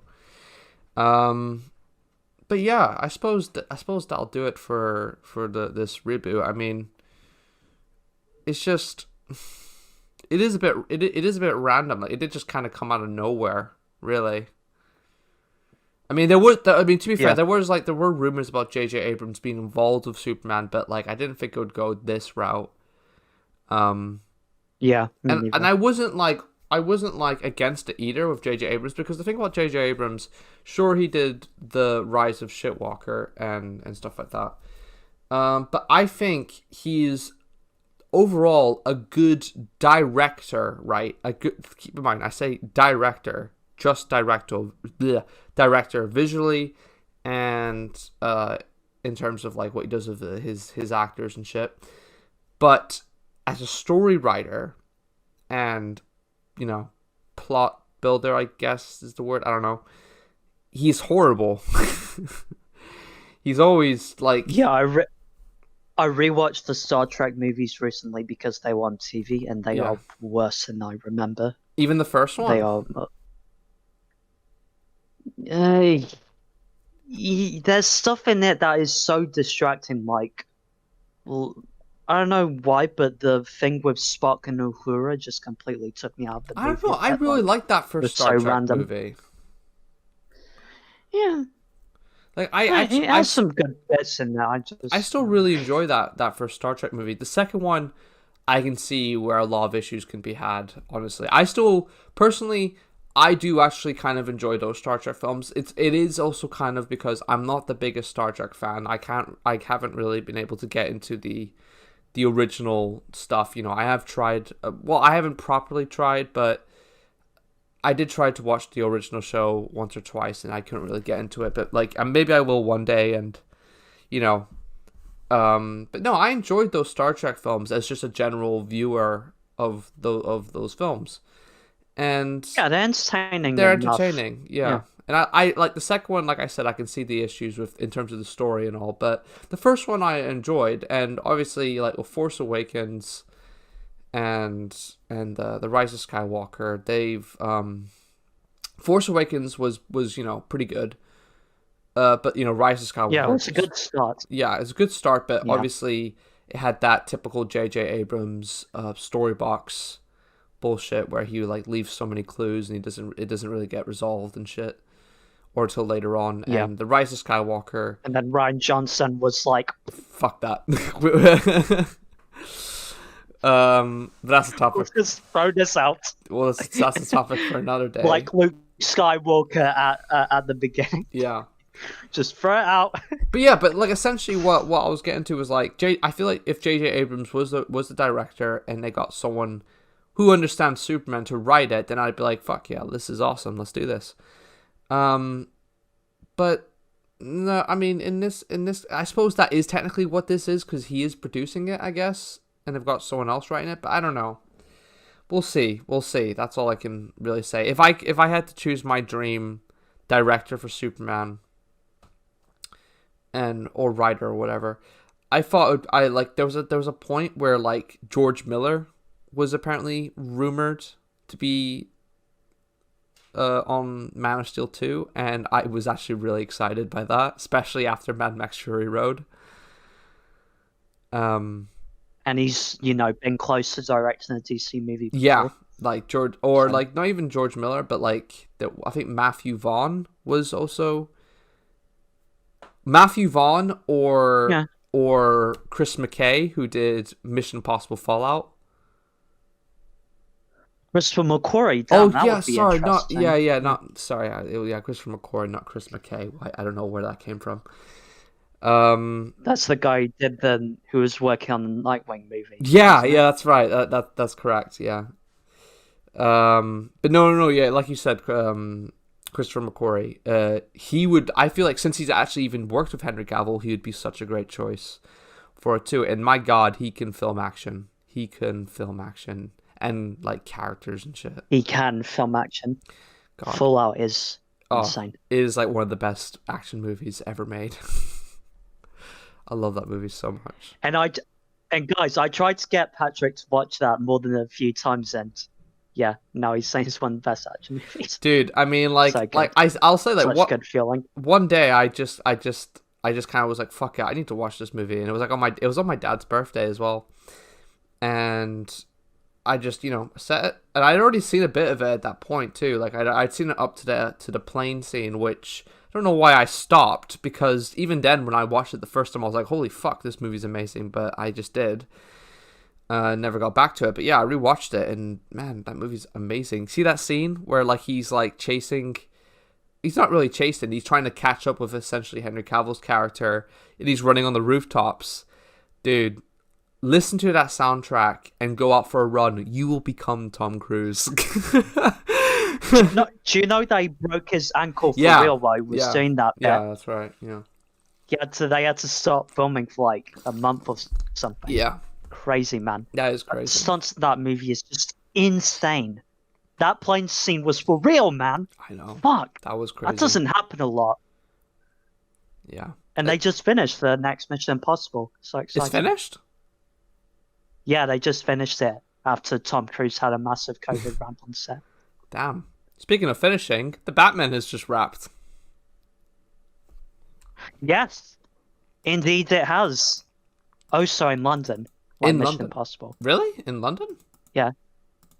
I think so. My uncle worked on Mission Impossible, the one that's coming out. What? He didn't work on it, but for real. He didn't work on it, but they had a scene that I don't know if I should talk about it in detail. I don't know if I'll get him in trouble, but it's like he worked on the scene on that. I won't say too much because I'm not sure if you're supposed to tell me certain stuff. But he worked on it, and sounds cool. Oh, that's awesome. That's awesome. But yes, Mission Impossible and the Batman has wrapped. Yeah. And is in editing and post-production. Yeah, which is, really cool. It's, After a year of starting filming, Jesus Christ. Really fuck things up. Yeah. I wish this movie had wrapped finishing. No, I wish this movie had finished filming ages ago, because man, that trailer that they released at DC Fandom, like there are times where I still watch it to this day. It's such a good trailer. Supposed to come out in October this year, right? Was it? I think so. October, November, around that time. Yeah, but it's coming out in now. 2022. Nope. But yeah, I suppose that will do it for the news. I feel like we've gone long enough with all the jilly jolly. Is that even a word? Jilly jolly. I don't know. Never heard of it, but let's pretend it is. Let's just pretend it is. It's a word for wrapping up podcast news. Yeah, and we trademark it. So if you use Jolly it, Jobby, that's it. Yeah. So if you use it, you gotta give us money. Anyways, let's go into the trademark now. Let's go into the meat and potatoes of this episode, which you're probably like, fucking hell, what? It's like an hour already. Jesus Christ. Don't worry, we're just gonna. Is it really? I don't know. I don't know, to be honest. But I wouldn't be surprised. Yeah, I wouldn't be surprised either. But we're just gonna go over this in depth, I suppose. We'll see how this goes. We've both actually just did some rewatches on Man of Steel, Man of Superman. Well, I only did one for Man of Steel because I did see Man of Superman quite recently already. But this dude has just finished watching Batman Superman literally right before we recorded this podcast. So, how do you feel about these movies still to this day? You start, please. Okay. Well, Man of Steel, right, is I have like a pretty strong relationship with this movie because, sure, it does have a lot of problems and a lot of flaws, but I still get that sometimes, like, just, certain moments and a feeling I get from watching it, because, like, I'm not sure if anyone was here for it, but like the first video I ever uploaded to YouTube was my review for Man of Steel, and if you were lucky enough to see that video, because it's no longer on the channel, destroyed that video. I essentially like just full on loved that film. I loved it so much. It brought me so much happiness. And I just loved it, and I defended it to the end of time, honestly. And obviously, as the years went on, I did see its problems. Yeah. And Yeah. I see. I hated on that movie a bit too much when I when it feel like came you out. were hating on I it apologize. just to piss me off. It felt a lot like that. Yeah, Like you weren't yeah, I even apologize. you didn't even believe in I was what a you bit were of a saying. dick. You were just saying it just to piss me off. Yeah, I apologize, and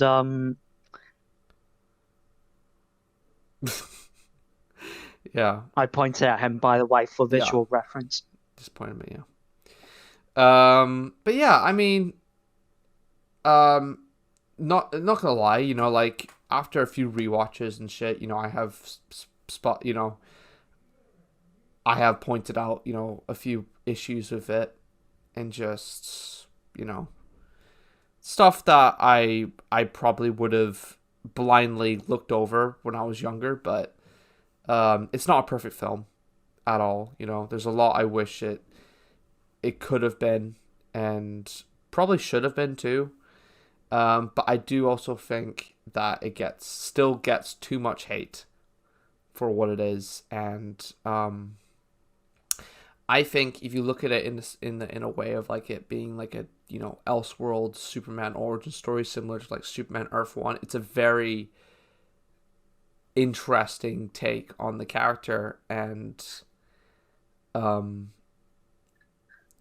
it's like it's a cool way. Like it's not like if you're not into the whole classic joyful Superman and you want something a bit more serious, then this is pretty much the best you're gonna really, probably not the best you're gonna get, but like it's the closest you're gonna get to that sort of thing.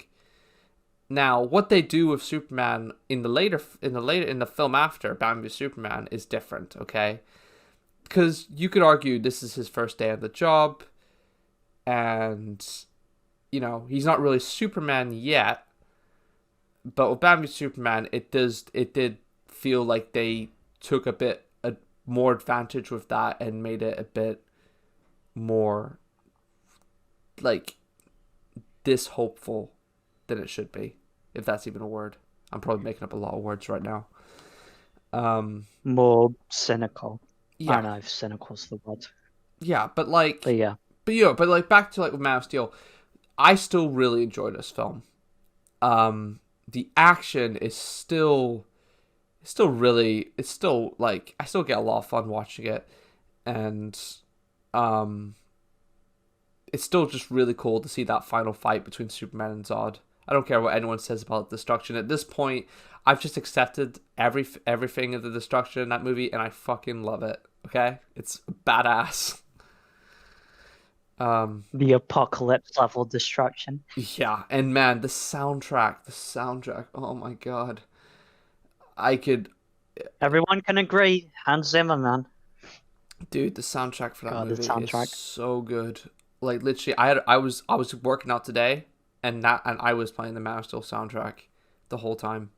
I was doing like this like 30-minute ladder circuit workout where I start with 10 reps with 7 exercises and work down to 1 exercise, and I was doing it with like arcade and tornado, not tornado, oil rig and all those awesome epic tracks, and dude, you will not get a better pump or just a better workout. It's so good. I gotta be real, with the soundtrack, the thing that really got me was like, I don't know what the instrument he uses is or what the sound, I can't really explain the sound specifically, but there's a certain sound that he uses that's really calming in both the Man of Steel and Batman v Superman soundtrack. I'm not gonna try to attempt it here, but it gives me chills every time I hear it in the I think I know what you're talking soundtrack. about. I Yeah. just like this duh, Yeah, kind of sound. I I can't know what really you mean. I know what you explain mean. what it is.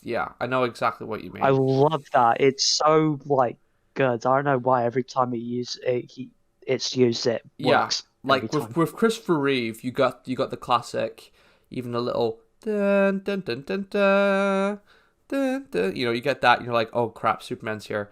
But with this, you get like the dun na na, and you're like, oh fuck, Superman is here. Like when you're able to do that for a character, you've got that theme down just right. Yeah, they got the thing of Superman Yeah. in these movies. But yeah, That's for the sure. like, dude, but like the soundtrack and like I'd say the special effects for this movie too is absolutely amazing. Like I still watch it this day, and like, you know, Man of Steel is one of those movies where I will freeze frame every scene just to catch every detail, and you will find something. I can guarantee you that you will find something in anything in that film. It's, I don't care what anyone says when they say like this movie's ugly and it's visually like it's so bland looking and it's all shaky cam and shit. You know what I say to that? Fuck you, okay? This movie is gorgeous. It's so sexy, and yeah. I was about to say, like, the shaky cam was like something that when I was rewatching it was something I really noticed when I rewatched I noticed it, but it doesn't bother me at all. Like, I think it like really does add to like the scenes that it is used in, you know? Like it is, like it does like add to it. In Batman v Superman, they didn't use the shaky cam, which I feel like suited. Which I appreciated. Like, yeah, I noticed that immediately when I rewatched Batman v Superman. I was but that's the okay, thing. I really like the... For Batman v Superman, it made like it suits that. But for Man of Steel, for the movie that was the camera and whatever, they essentially all the technical stuff that was used for Man of Steel worked for what they were trying to do. That's essentially what I'm saying. But yeah, Man of Steel. A few issues I would have of it is like, you know, the relationship between Clark and Lois could have been a lot better. It like I really feel like that is one of the downfalls of the relationships.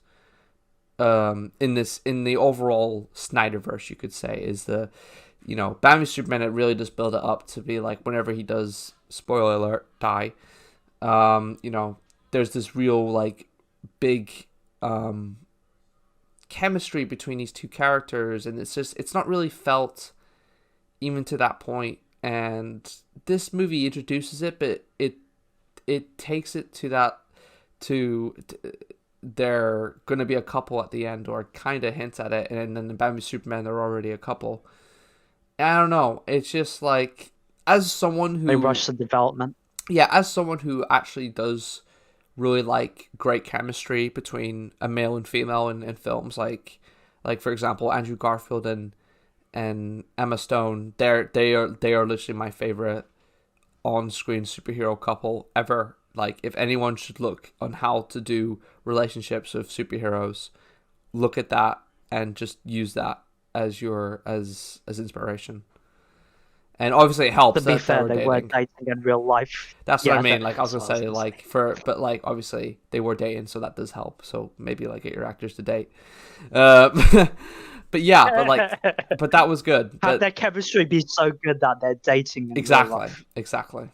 Well, then again, what's it? Bloody Robert Pattinson and what's her name? Kirsten Stewart. They were dating, and they literally acted like fucking. I don't even know what they were in those movies. You know? So well, with those work. Twilight scripts, I mean, you know, what can you do? Yeah. Jesus. But yeah, you know, and General Zod is actually, like, I feel like he is such a cool villain. I actually do really like General Zod. I feel like he is probably the best DCEU villain we've had so far. I'd say. Yeah. Michael Shannon is great in everything. Oh, he is really good. It's just no surprise. Yeah. Yeah, I can't think of any other DCU villain that could be better than him. The Wonder Woman main bad guys are good. Fucking Ares. Yeah. He isn't there. But yeah, I mean, yeah. Overall, Steppenwolf is gonna come in and he's gonna fucking be the best DCU villain ever created in the history of DC movies. You see. Yeah. Don't you mean Darkseid? Apparently, he's going to be a big deal. Jesus, I swear they've marketed Darkseid more for Zack Snyder's Justice League than Steppenwolf. Yeah. When he's probably going to appear in it for about 10 minutes instead of the main villain. Yeah. But But yeah, I still really Right. like Man of Steel, and Batman v Superman is where it does get a bit rocky for me because like I do overall do enjoy this film. I am not a hater on it. I don't dislike it. I actually do really I get a lot of enjoyment out of it. If someone like turns to me and says, "Do you want to watch Batman v Superman?" I'll be like, "Fuck yeah, dude! Let's watch Batman v Superman right here, right now," and I'll have a great time. But I still can't avoid certain aspects about it that do tend to piss me off a bit at times. Like I don't want to get into the whole Batman killing thing because it's been talked about so much, but it is something you can't really avoid when watching it. It is very noticeable, and what is it? It's, as a Superman fan as well, I can't help but just feel a bit bitter when watching it because it just seeing the character this way in a movie that is kind of a one in a lifetime thing. You're introducing Superman and Batman in a movie together, and we're seeing it the first time, and this is the version of Superman you're gonna show us in this film.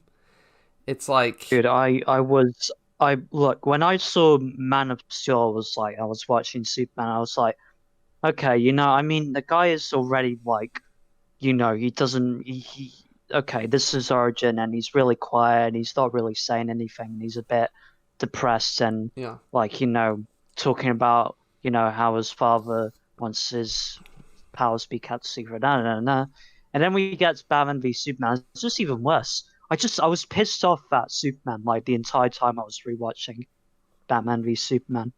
Almost the whole time, there were just scenes where I was like, what the fuck? Why are they writing him this way? yeah, I was getting so frustrated. So I was watching it, and the bit where Lois gets out of the cab and Superman's talking to her, and he says, "I'm gonna have to convince him to help me, or he has to die." For some reason, when he said that line, it really I got pissed off for some reason. yeah, Because I felt like Superman would be like, my first and only instinct is to convince him to help me. I am not going to consider killing Batman ever. It's not something I would consider doing, but he considers doing it. Both Batman and Superman for the whole movie.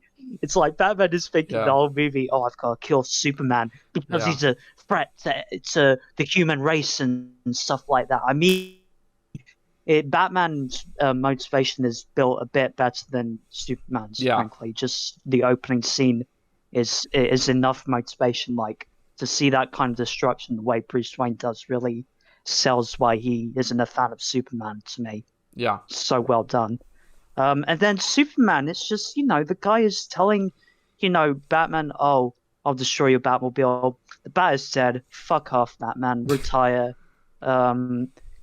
Consider this mercy because otherwise I would snap your neck like Zods. And he fucks off, flies away. And then, it's just Superman, this movie. Oh, man, it really... Zack Snyder, what were you thinking with Superman in these movies? Well, I mean, I don't know if we're eventually going to talk about what he was planning with the Justice League sequels, but Jesus H, man, it's like it gets worse. I don't know what Zack Snyder was thinking with Superman. I don't know. I mean, I guess we'll find out for sure when the Snyder Cut comes out if his thing was true, where essentially what he was saying was like, oh no, see, Batman Superman was meant to be that way, where this was meant to be Superman at his lowest, and then Justice League will be him at his highest. This is what we were building to. If that's the case, then maybe I might look at this movie differently. But if it's not, and he's still that sort of, I don't want to say I don't want to say not hopeful or that. Essentially, the classic Superman, that he's essentially said he turns into. Then I still probably feel that way about it. But I don't know. We'll see on that regard. But I just want to say we can all say one thing though. Aside from the killing, from Ben Affleck's Batman, he is Batman. Ben Affleck is so good. Like his Batman, man, I generally do love this version of Batman. Aside from the killing part, I do just love this version. Honestly, of I think and I watched the movie and it annoyed me that used guns and killed people. But I think if they took that aspect away, if Zack Snyder took that aspect away, and he just kept the branding, like the Bat brand aspect, I think that's far enough. It would still be really dark and brutal, but he's not. He might be setting a death sentence for these criminals, but it's an arc for Batman. Yeah, that'd be a lot more interesting. He is setting them to deaths, but no, he is directly killing people in this movie. Yeah. By the way, I just noticed this while I was rewatching the movie now. The first scene where you actually see Batman full up, close up in this movie is the nightmare scene. That is the first time you see Ben Affleck's Batman full on. I actually do remember thinking that whenever I first saw the movie. I remember, like, when we first saw the movie, I was like, when the nightmare scene came on, I was like, this is really the first time we're really seeing him, like, in costume fully, kind of. Yeah, and he's shooting people with guns and stuffing their necks. Yeah, he was preparing us. But I don't know. Like we said with Superman, apparently he's going to be different in Zack Snyder's Justice League, I suppose. But I think he'll have less humans killed this time around. He'll have parody. I mean, parody means you can get away with, so he'll probably just get all his anger out on that. I remember watching Zack Snyder's commentary for Batman v Superman, and every time Batman killed someone, he would just be like, "Oh, those guys are fine, you know." Yeah, I remember that so much. I was laughing so hard. And it made me, I was just like, fucking hell, you make Batman kill people, and you're just like, nah, they're not dead. They're sleeping. Yeah. They're killed by proxy, you know. He doesn't, if he shoots the car, he doesn't directly kill them. Some stupid shit like that. But yeah, Ben Affleck is Batman. He's awesome. He delivers a good performance, I think. I think if he actually got to direct his own Batman movie, I would have loved to have seen that so much. Yeah. Apparently him and Joe Manganiello were using the Arkham Origins trailer as reference for their fight scenes. That would have been awesome. That would have been insane. Mm-hmm. Oh, man, what a waste. What it could have been. It's been... But, yeah. But Ben Affleck's health is more important than the movie. So, absolutely. But, do you have any... The right decision was made. So what were your thoughts on Man of Steel and Batman v Superman and all? Okay, so Man of Steel. I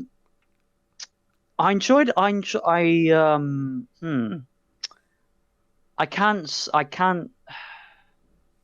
think it's an okay movie. I watched the first half and I thought it was good. Well, good.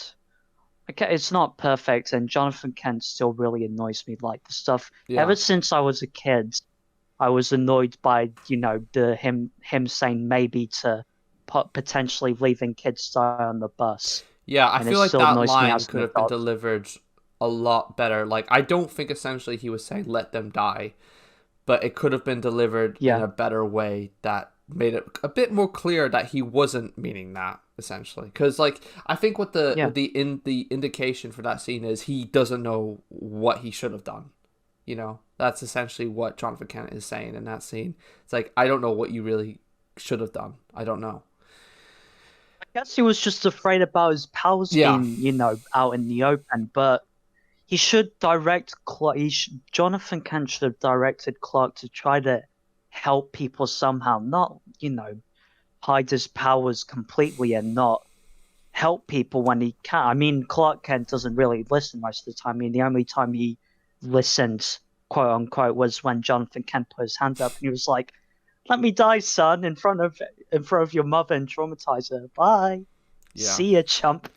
Yeah, I still wish they went with the whole heart attack route. I feel that is the perfect way to kill off Jonathan Kent. It's just the perfect lesson too. Like that line. Well, Superman, yeah. Can't save everyone. Yeah. The line. What is it? It's all these powers, and I couldn't even save him. Man, that line. Yeah. Is so powerful, and I feel like it speaks so much truth to just the character of Superman. You know, and yeah, I just feel like the tornado scene was probably one thing that I still don't necessarily like about Man of Steel, and wish it was done differently. But I still say Kevin Costner does do a great performance as Jonathan Kent. Like the scene where like him and teenage Clark are in the barn and he's shown in the ship. That scene alone is so powerful and so good. Like, yes, that's one thing about Man of Steel. Like, it does have a lot of powerful acting moments between actors, you know? There's a lot of good actors in there. Yeah. And even Diane Lane is pretty good as Mark Kent as well. She gets arguably gets more material to work with than Kevin Costner in terms of, like, parenting with Clark.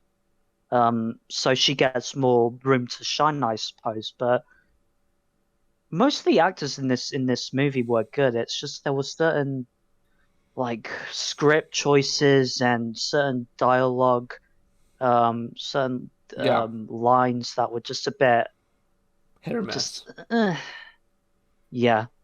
Very. I agree on that. Like the writing isn't the best. Like, you know, because the thing about it, like, it is written by David S. Goyer, and David S. Goyer is one of those, you know, really hit or miss writers when it comes to dialogue. But like there are also some really good dialogue in the film too. Like the whole monologue where like Jor-El is like saying you will be a beacon of you know, hope to them, and they will join you in the sun and all that. You'll help them accomplish wonders. Yeah.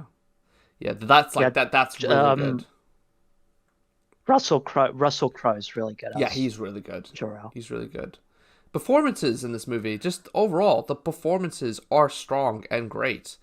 And Henry Cavill does a killer job as Superman, as we constantly keep saying in this, for what he's given. And this take on this, you know, very early Superman is, you know, it was good. It was good, essentially.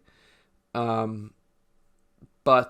yeah, like, you know, I agree with mostly what you're saying for it so far. So, yeah, the first half I was okay, like watching it, and I was intrigued, and I already remembered what most of it was. But then the second half, and you know, the action scenes are done well, and when I was a kid, I really enjoyed them. But for some reason, when I watched the action scenes in the second half, I felt like I kind of switched off. Like there's a lot of action in the second half. Like a lot.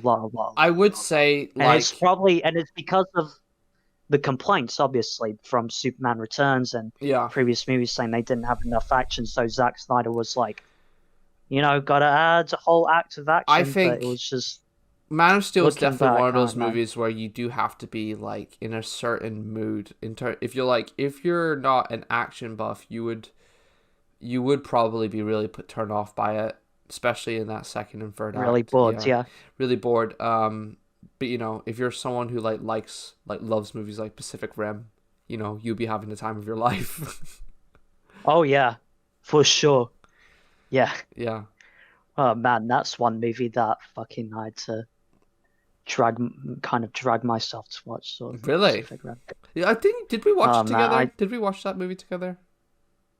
We tried to, at least. Yeah. I don't know if I ended up watching the whole thing. I think you must have fallen asleep. I just remember I had to force myself to watch the whole thing. Because a lot of times whenever we watched movies at my place, you would just fall asleep. No, even if it was like a really good movie too. Like even if we were watching like The Dark Knight or something, you just fall asleep. You just fell asleep during movies. And I remember always getting so frustrated. I was like, for fuck's sake! Why? Now I'm alone. It just depends. Maze Runner was another one I can remember, which I ended up watching the whole trilogy during quarantine. Really? Okay. Yeah, my sisters wanted to watch it, and my mum, and I got the whole thing for them. Okay. Yeah. Not too bad.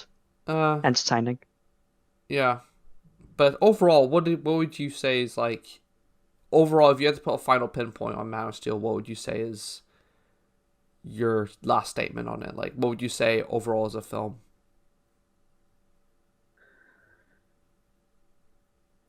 I think it's entertaining enough. Would you consider it like a good start to the universe? Could have been better, I think. Yeah. I think it definitely What could have if been a better start to the universe. What if, as a standalone, like, I think this movie would have been actually received a lot better if it was made during maybe the late 2000s, mid 2000s, before the MCU was even ever a thing. Maybe, yeah, probably. I think this movie would have been received a lot differently. You know, like if Superman If this Returns, was an Elseworld Stories, like if Superman Returns had never come out and this is what we got instead, I think we'd be having a very very different discussion, and probably very different set of films too, obviously. But no, I think Man of Steel is definitely just one of those movies that came out during a time where, because like we had just gotten Avengers the year before, and people are on that buzz like, oh, we want these superheroes to be all funny and cracking jokes and shit. And whenever they saw this, they were like, where are the jokes? You know? and it's Superman for characters. You know, it's just really. It is a bit like just a bit of a bizarre choice. But also, well, like then again, like the whole jokes, like I don't really agree with the whole, oh, these movies have to have jokes for it to be good complaint. Like a lot. It's just, yeah. To me, it's not the jokes. It's just character. Yeah. Superman could have had more character to him in Man of Steel. I could agree. I will actually Batman agree with you on that. See, like you do get the sense. Like I always got the sense, right, watching these movies, is that they never really give Henry Cavill a lot of dialogue. That is that is always he stays something. Quiet for half of the movie. Like most of the shots are just him looking like thinking and looking very very serious and pensive, and like he wants to fly off and cry in the corner. I don't know, but like I agree with you on that regard. I do still really like this movie, and if I had to give it a rating, I'd probably give it a solid, probably like an 8 out of 10. 8 out of 10, I'd say, for me at least. Because I do get a lot of personal enjoyment as well. Yeah, I would say around 7, maybe 6 out. I'd say 7. All right. I'll give it a 7. But what about Batman v Superman? Give it a 7. Oh boy. So with the way Superman was done in this movie, I think we've talked. But Superman. I think we've talked a lot about the Superman for both of Man of Steel and Batman v Superman. Yeah. So when this movie was announced, what I was hoping it would be was a team up movie like the Batman Superman movie or World's Finest. Yeah. Zack Snyder easily could have used that as a template for the movie, and he could have just made a movie where it's about Batman and Superman teaming up, having good chemistry, and building up those characters. No, it's Zack Snyder. There has to be a lot more to it, Ben. Do you not understand? There has to be a lot more to this film. It's Zack Snyder. Yeah. So Zack Snyder, what Zack Snyder does instead of that, which would have been the smartest decision, he Googles most popular DC stories and he grabs the Dark Knight Returns and the death of Superman and he crams it into a script along with Justice League builds up and it's like, here you go, Dawn of Justice. Yeah. Enjoy. I agree. Even this fucking movie. I agree. For its own good, it does cram a lot into it, and I will say the 3-hour cut delivers it a lot better than the theatrical cut ever did. Because I remember even when I watched the theatrical cut, it was like, I haven't seen that cut in a long time, but I remember when I first saw that movie, just the way it would like randomly cut to black in certain scenes, I was like, what the fuck? But like when I watched the Ultimate Edition, it definitely flows a lot better. But no, I agree on that point, on it being like, I feel like it should have probably been a bit more of a simpler story than what we got. But like, let's not rush the major stories. They Yeah. just Zack Snyder just has a hard on for like those popular stories, Popular stories, and he just has like also really likes to have like complex stuff going on. Like he doesn't just want it to be simple. Oh, we're gonna go to the movies, have some popcorn, have a good time. It has to have meaning. And like, yeah, I just read an interview where he said that. exactly. Yeah. That's what Where that's what I was he thinking would too. rather the movies be like pensive and controversial, and he Well, bloody yeah, I said suppose that that he's just that sort of director. he bloody said that that people could consider Justice League to be the Godfather or the Irishman of superhero movies. I was like, Zack Snyder, don't say that shit. Don't say that. Don't. Please, for the No. love of God. Don't. Please stop. Yeah. Please stop. Like, look, I do like Zack Snyder. Snyder. I do like Zack Snyder as a director. I do like his visual. I do like his films, okay? Like, I do like some of his films. But, like, I do agree, like, a lot of stuff he says in interviews, I'm just like, Zack, be quiet. Be quiet, please. With all due respect, Zack, but, yeah. He probably doesn't care anyway. He probably doesn't. I mean, like, I wish him all the best. Like, honestly, it's like the thing with Zack Snyder's Justice League, despite what you say about that movie, whether it's good or bad, I really don't give a fuck. I'm just glad it's being made, and he's finally being able to make this film. That is ultimately my stance on if I think it's going to be good or not. I really don't care, because we did get a Justice League movie, and it was complete ass. And it can't get any worse than that. And early reviews have already started coming out for Justice League, and they say it's good. So hopefully that we'll find out in the next episode. Really, we'll find out, because we'll probably do a review on it. Yeah, definitely. Well, we'll get. Let me just finish up Batman v Superman then. Yeah. So, yeah, they So the story could have been there. Lex Luthor, ever since I saw the movie, I didn't like Lex Luthor. Yeah. And I still don't like Lex Luthor. The only thing I think I liked from Lex Luthor. Here's the thing: I rewatched Social Network not so long ago, and it's proof that Jesse Eisenberg could have done a really good Lex Luthor in that style if he was directed and written well. Because he really pulls that off in Social Network. Yeah. But Zack Snyder and David S. Goyer and Chris Terrio wrote this character that's like, ahoy, ahoy, Senator. I want that kryptonite exported to me. Yeah. And this crazy fucking maniac. And he's just... when I saw the movie, I was like hoping for the whole time that he would like turn into this more sinister character. And then by the time he was bold and he was like in the prison cell, like ding ding ding ding ding ding ding ding ding ding ding ding, I was like, no, stop. Yeah, please.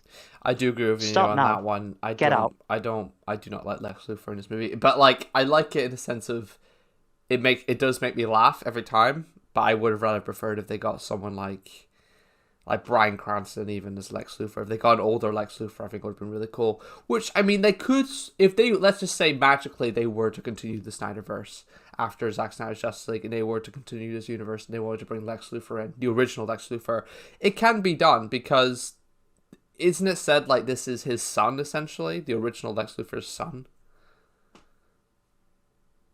Well... yeah, there's that theory. There's also the theory that he killed his father. Yeah, as well. There's secretly. Also that theory too. Yeah, but I think it could go either way. It could go either way in terms of that. Yeah. Zack Snyder will probably tell us one day. Yeah, he'll just say that Lex Luthor killed his father with a crowbar because he couldn't have the Joker killed Jason Todd. Not Jason Todd. Excuse me. Dick Grayson. Dick Grayson with a crowbar. God damn it. Yeah. But overall, for Batman v Superman, what would you say? Like, would you say it's better than Man of Steel? Worse? What? I don't think it's better than Man of Steel. No. I was like when the movie was ending and like I was just seeing the fight. I couldn't even enjoy the fight because I was getting so pissed off by Superman, because I was with that mentality of like I'd already seen it, but I was hoping a part of me was hoping they would just try to get Batman to help him. And when he would constantly push Batman to the fucking, I'll admit, push Batman that really fight, hard, and he would just like, the thing about that fight is like Superman did have so many opportunities to just say, look, listen to me. We gotta stop this. There's an innocent person in danger. Help me. My mother's in danger. He could have easily said that, but no.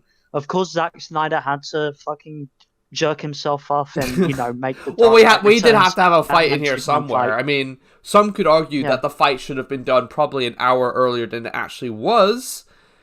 Because the fight should have not... But, like, I don't know. It was in the title of the movie, and it ultimately didn't even end up being the final thing of the film. It wasn't even the main concept. It was just... That's the thing about Batman v Superman, right? It's like...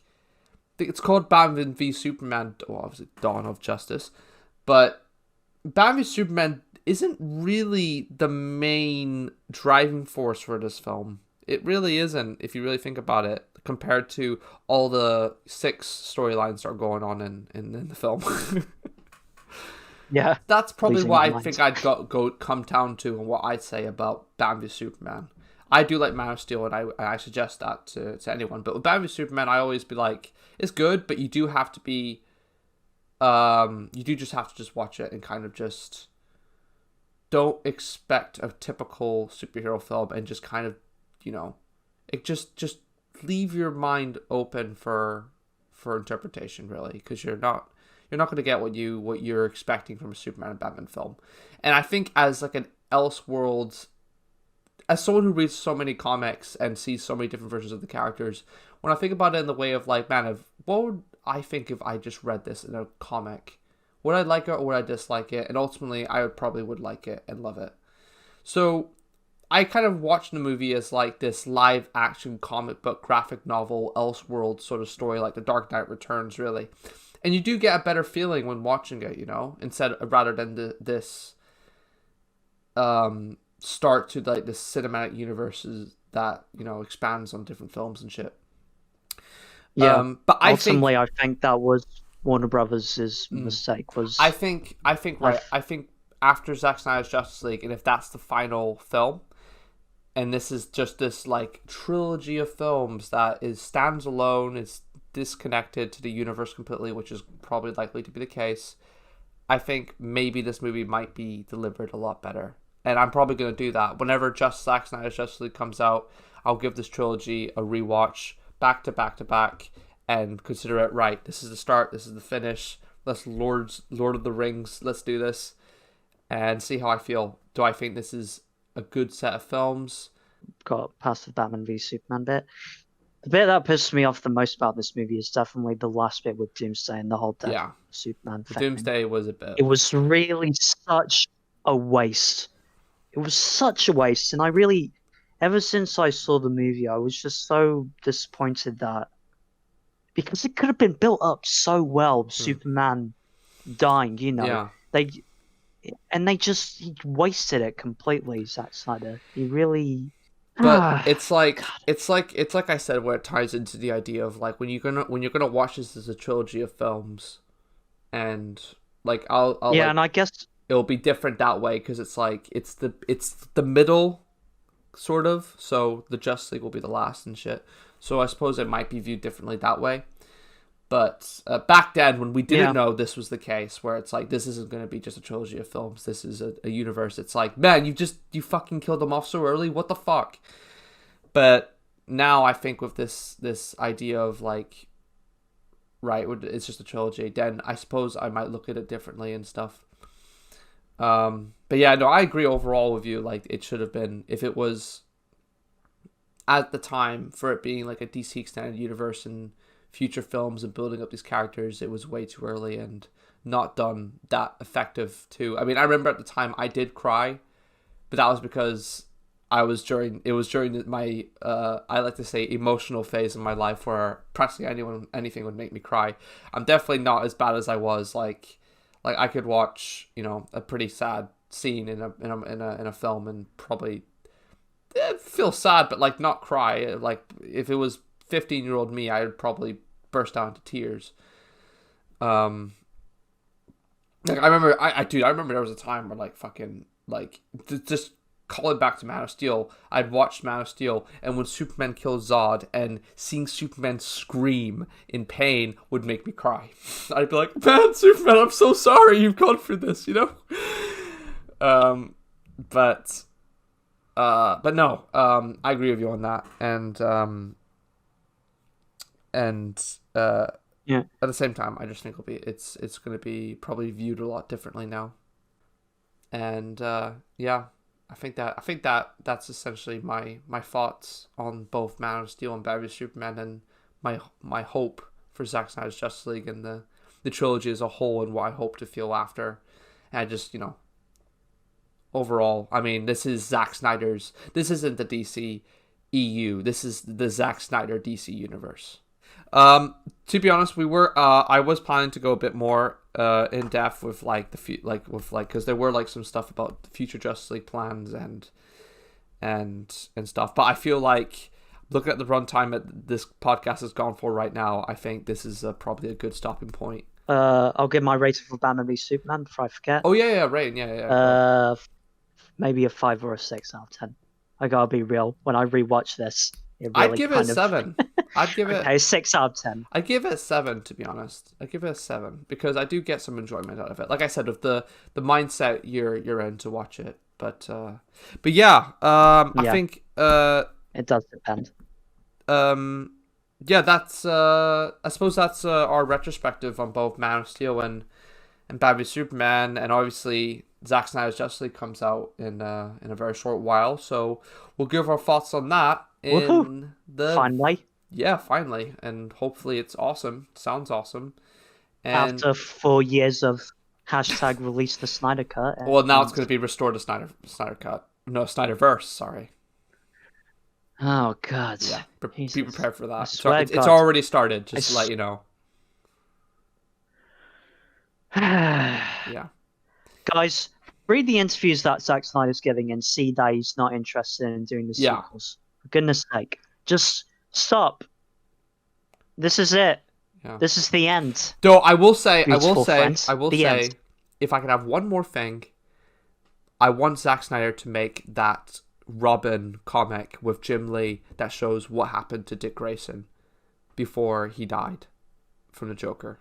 Because like he's pitched that to say it's like. Did he say he would make a Robin comic? Yeah, he said he wanted. He says he'd love to do a comic with Jim Lee about that story, and I want that. So that's what. If there's one more thing I want, it's that. So yes, just give me that, and then we can wrap this up. Yeah. But yeah, thank you all for watching the Reboot first episode of the podcast, Movie Comics and Life podcast. We hope you enjoyed this very topical first episode, and if you have any questions, feel free to leave it in the comments. If you have any questions for me or Benj or life stuff and all that, please don't ask about Batman White Knight. Okay, it's coming. All right, I'm working on it. Just please. I promise. So when's part 3 coming? Fuck off! But yeah, link part 6 coming out. Oh Jesus Christ! Link to all our social media is in the description, or whatever. I don't know. At least mine is. Benj, is there anything you'd want to like? Is there anywhere people could follow you? Twitter, Instagram, whatever. No. Patrick will direct me. If you have any questions, he will direct me to whatever questions you have for me, and okay. Just leave me alone. Well, you heard it here, folks. All right, so yeah. No, if you guys have questions, just leave it on the video, and I will try and check and see if there's any questions for me. But awesome. I doubt it because no one cares about me, and you just care about shut the fuck up. Chart 27. Okay? We all love you. I'm just gonna leave now. Right. You can follow me at Twitter and Instagram and practically anywhere at Chart27. And make sure to please give a Patreon a look. Really help out the podcast and the channel, and help us get better better money. But just better money. Just give us no. No, but like it'll help a lot with the podcast and also just future projects and motion comics and all that. So link to all that is in the description. And yeah, thank you all for watching this first episode of the Movies, Comics, and Life podcast. And I guess till the next episode, watch movies, read comics, and always remember, that's life. That's life. That's life. You get what you fucking deserve! Alright, bye guys.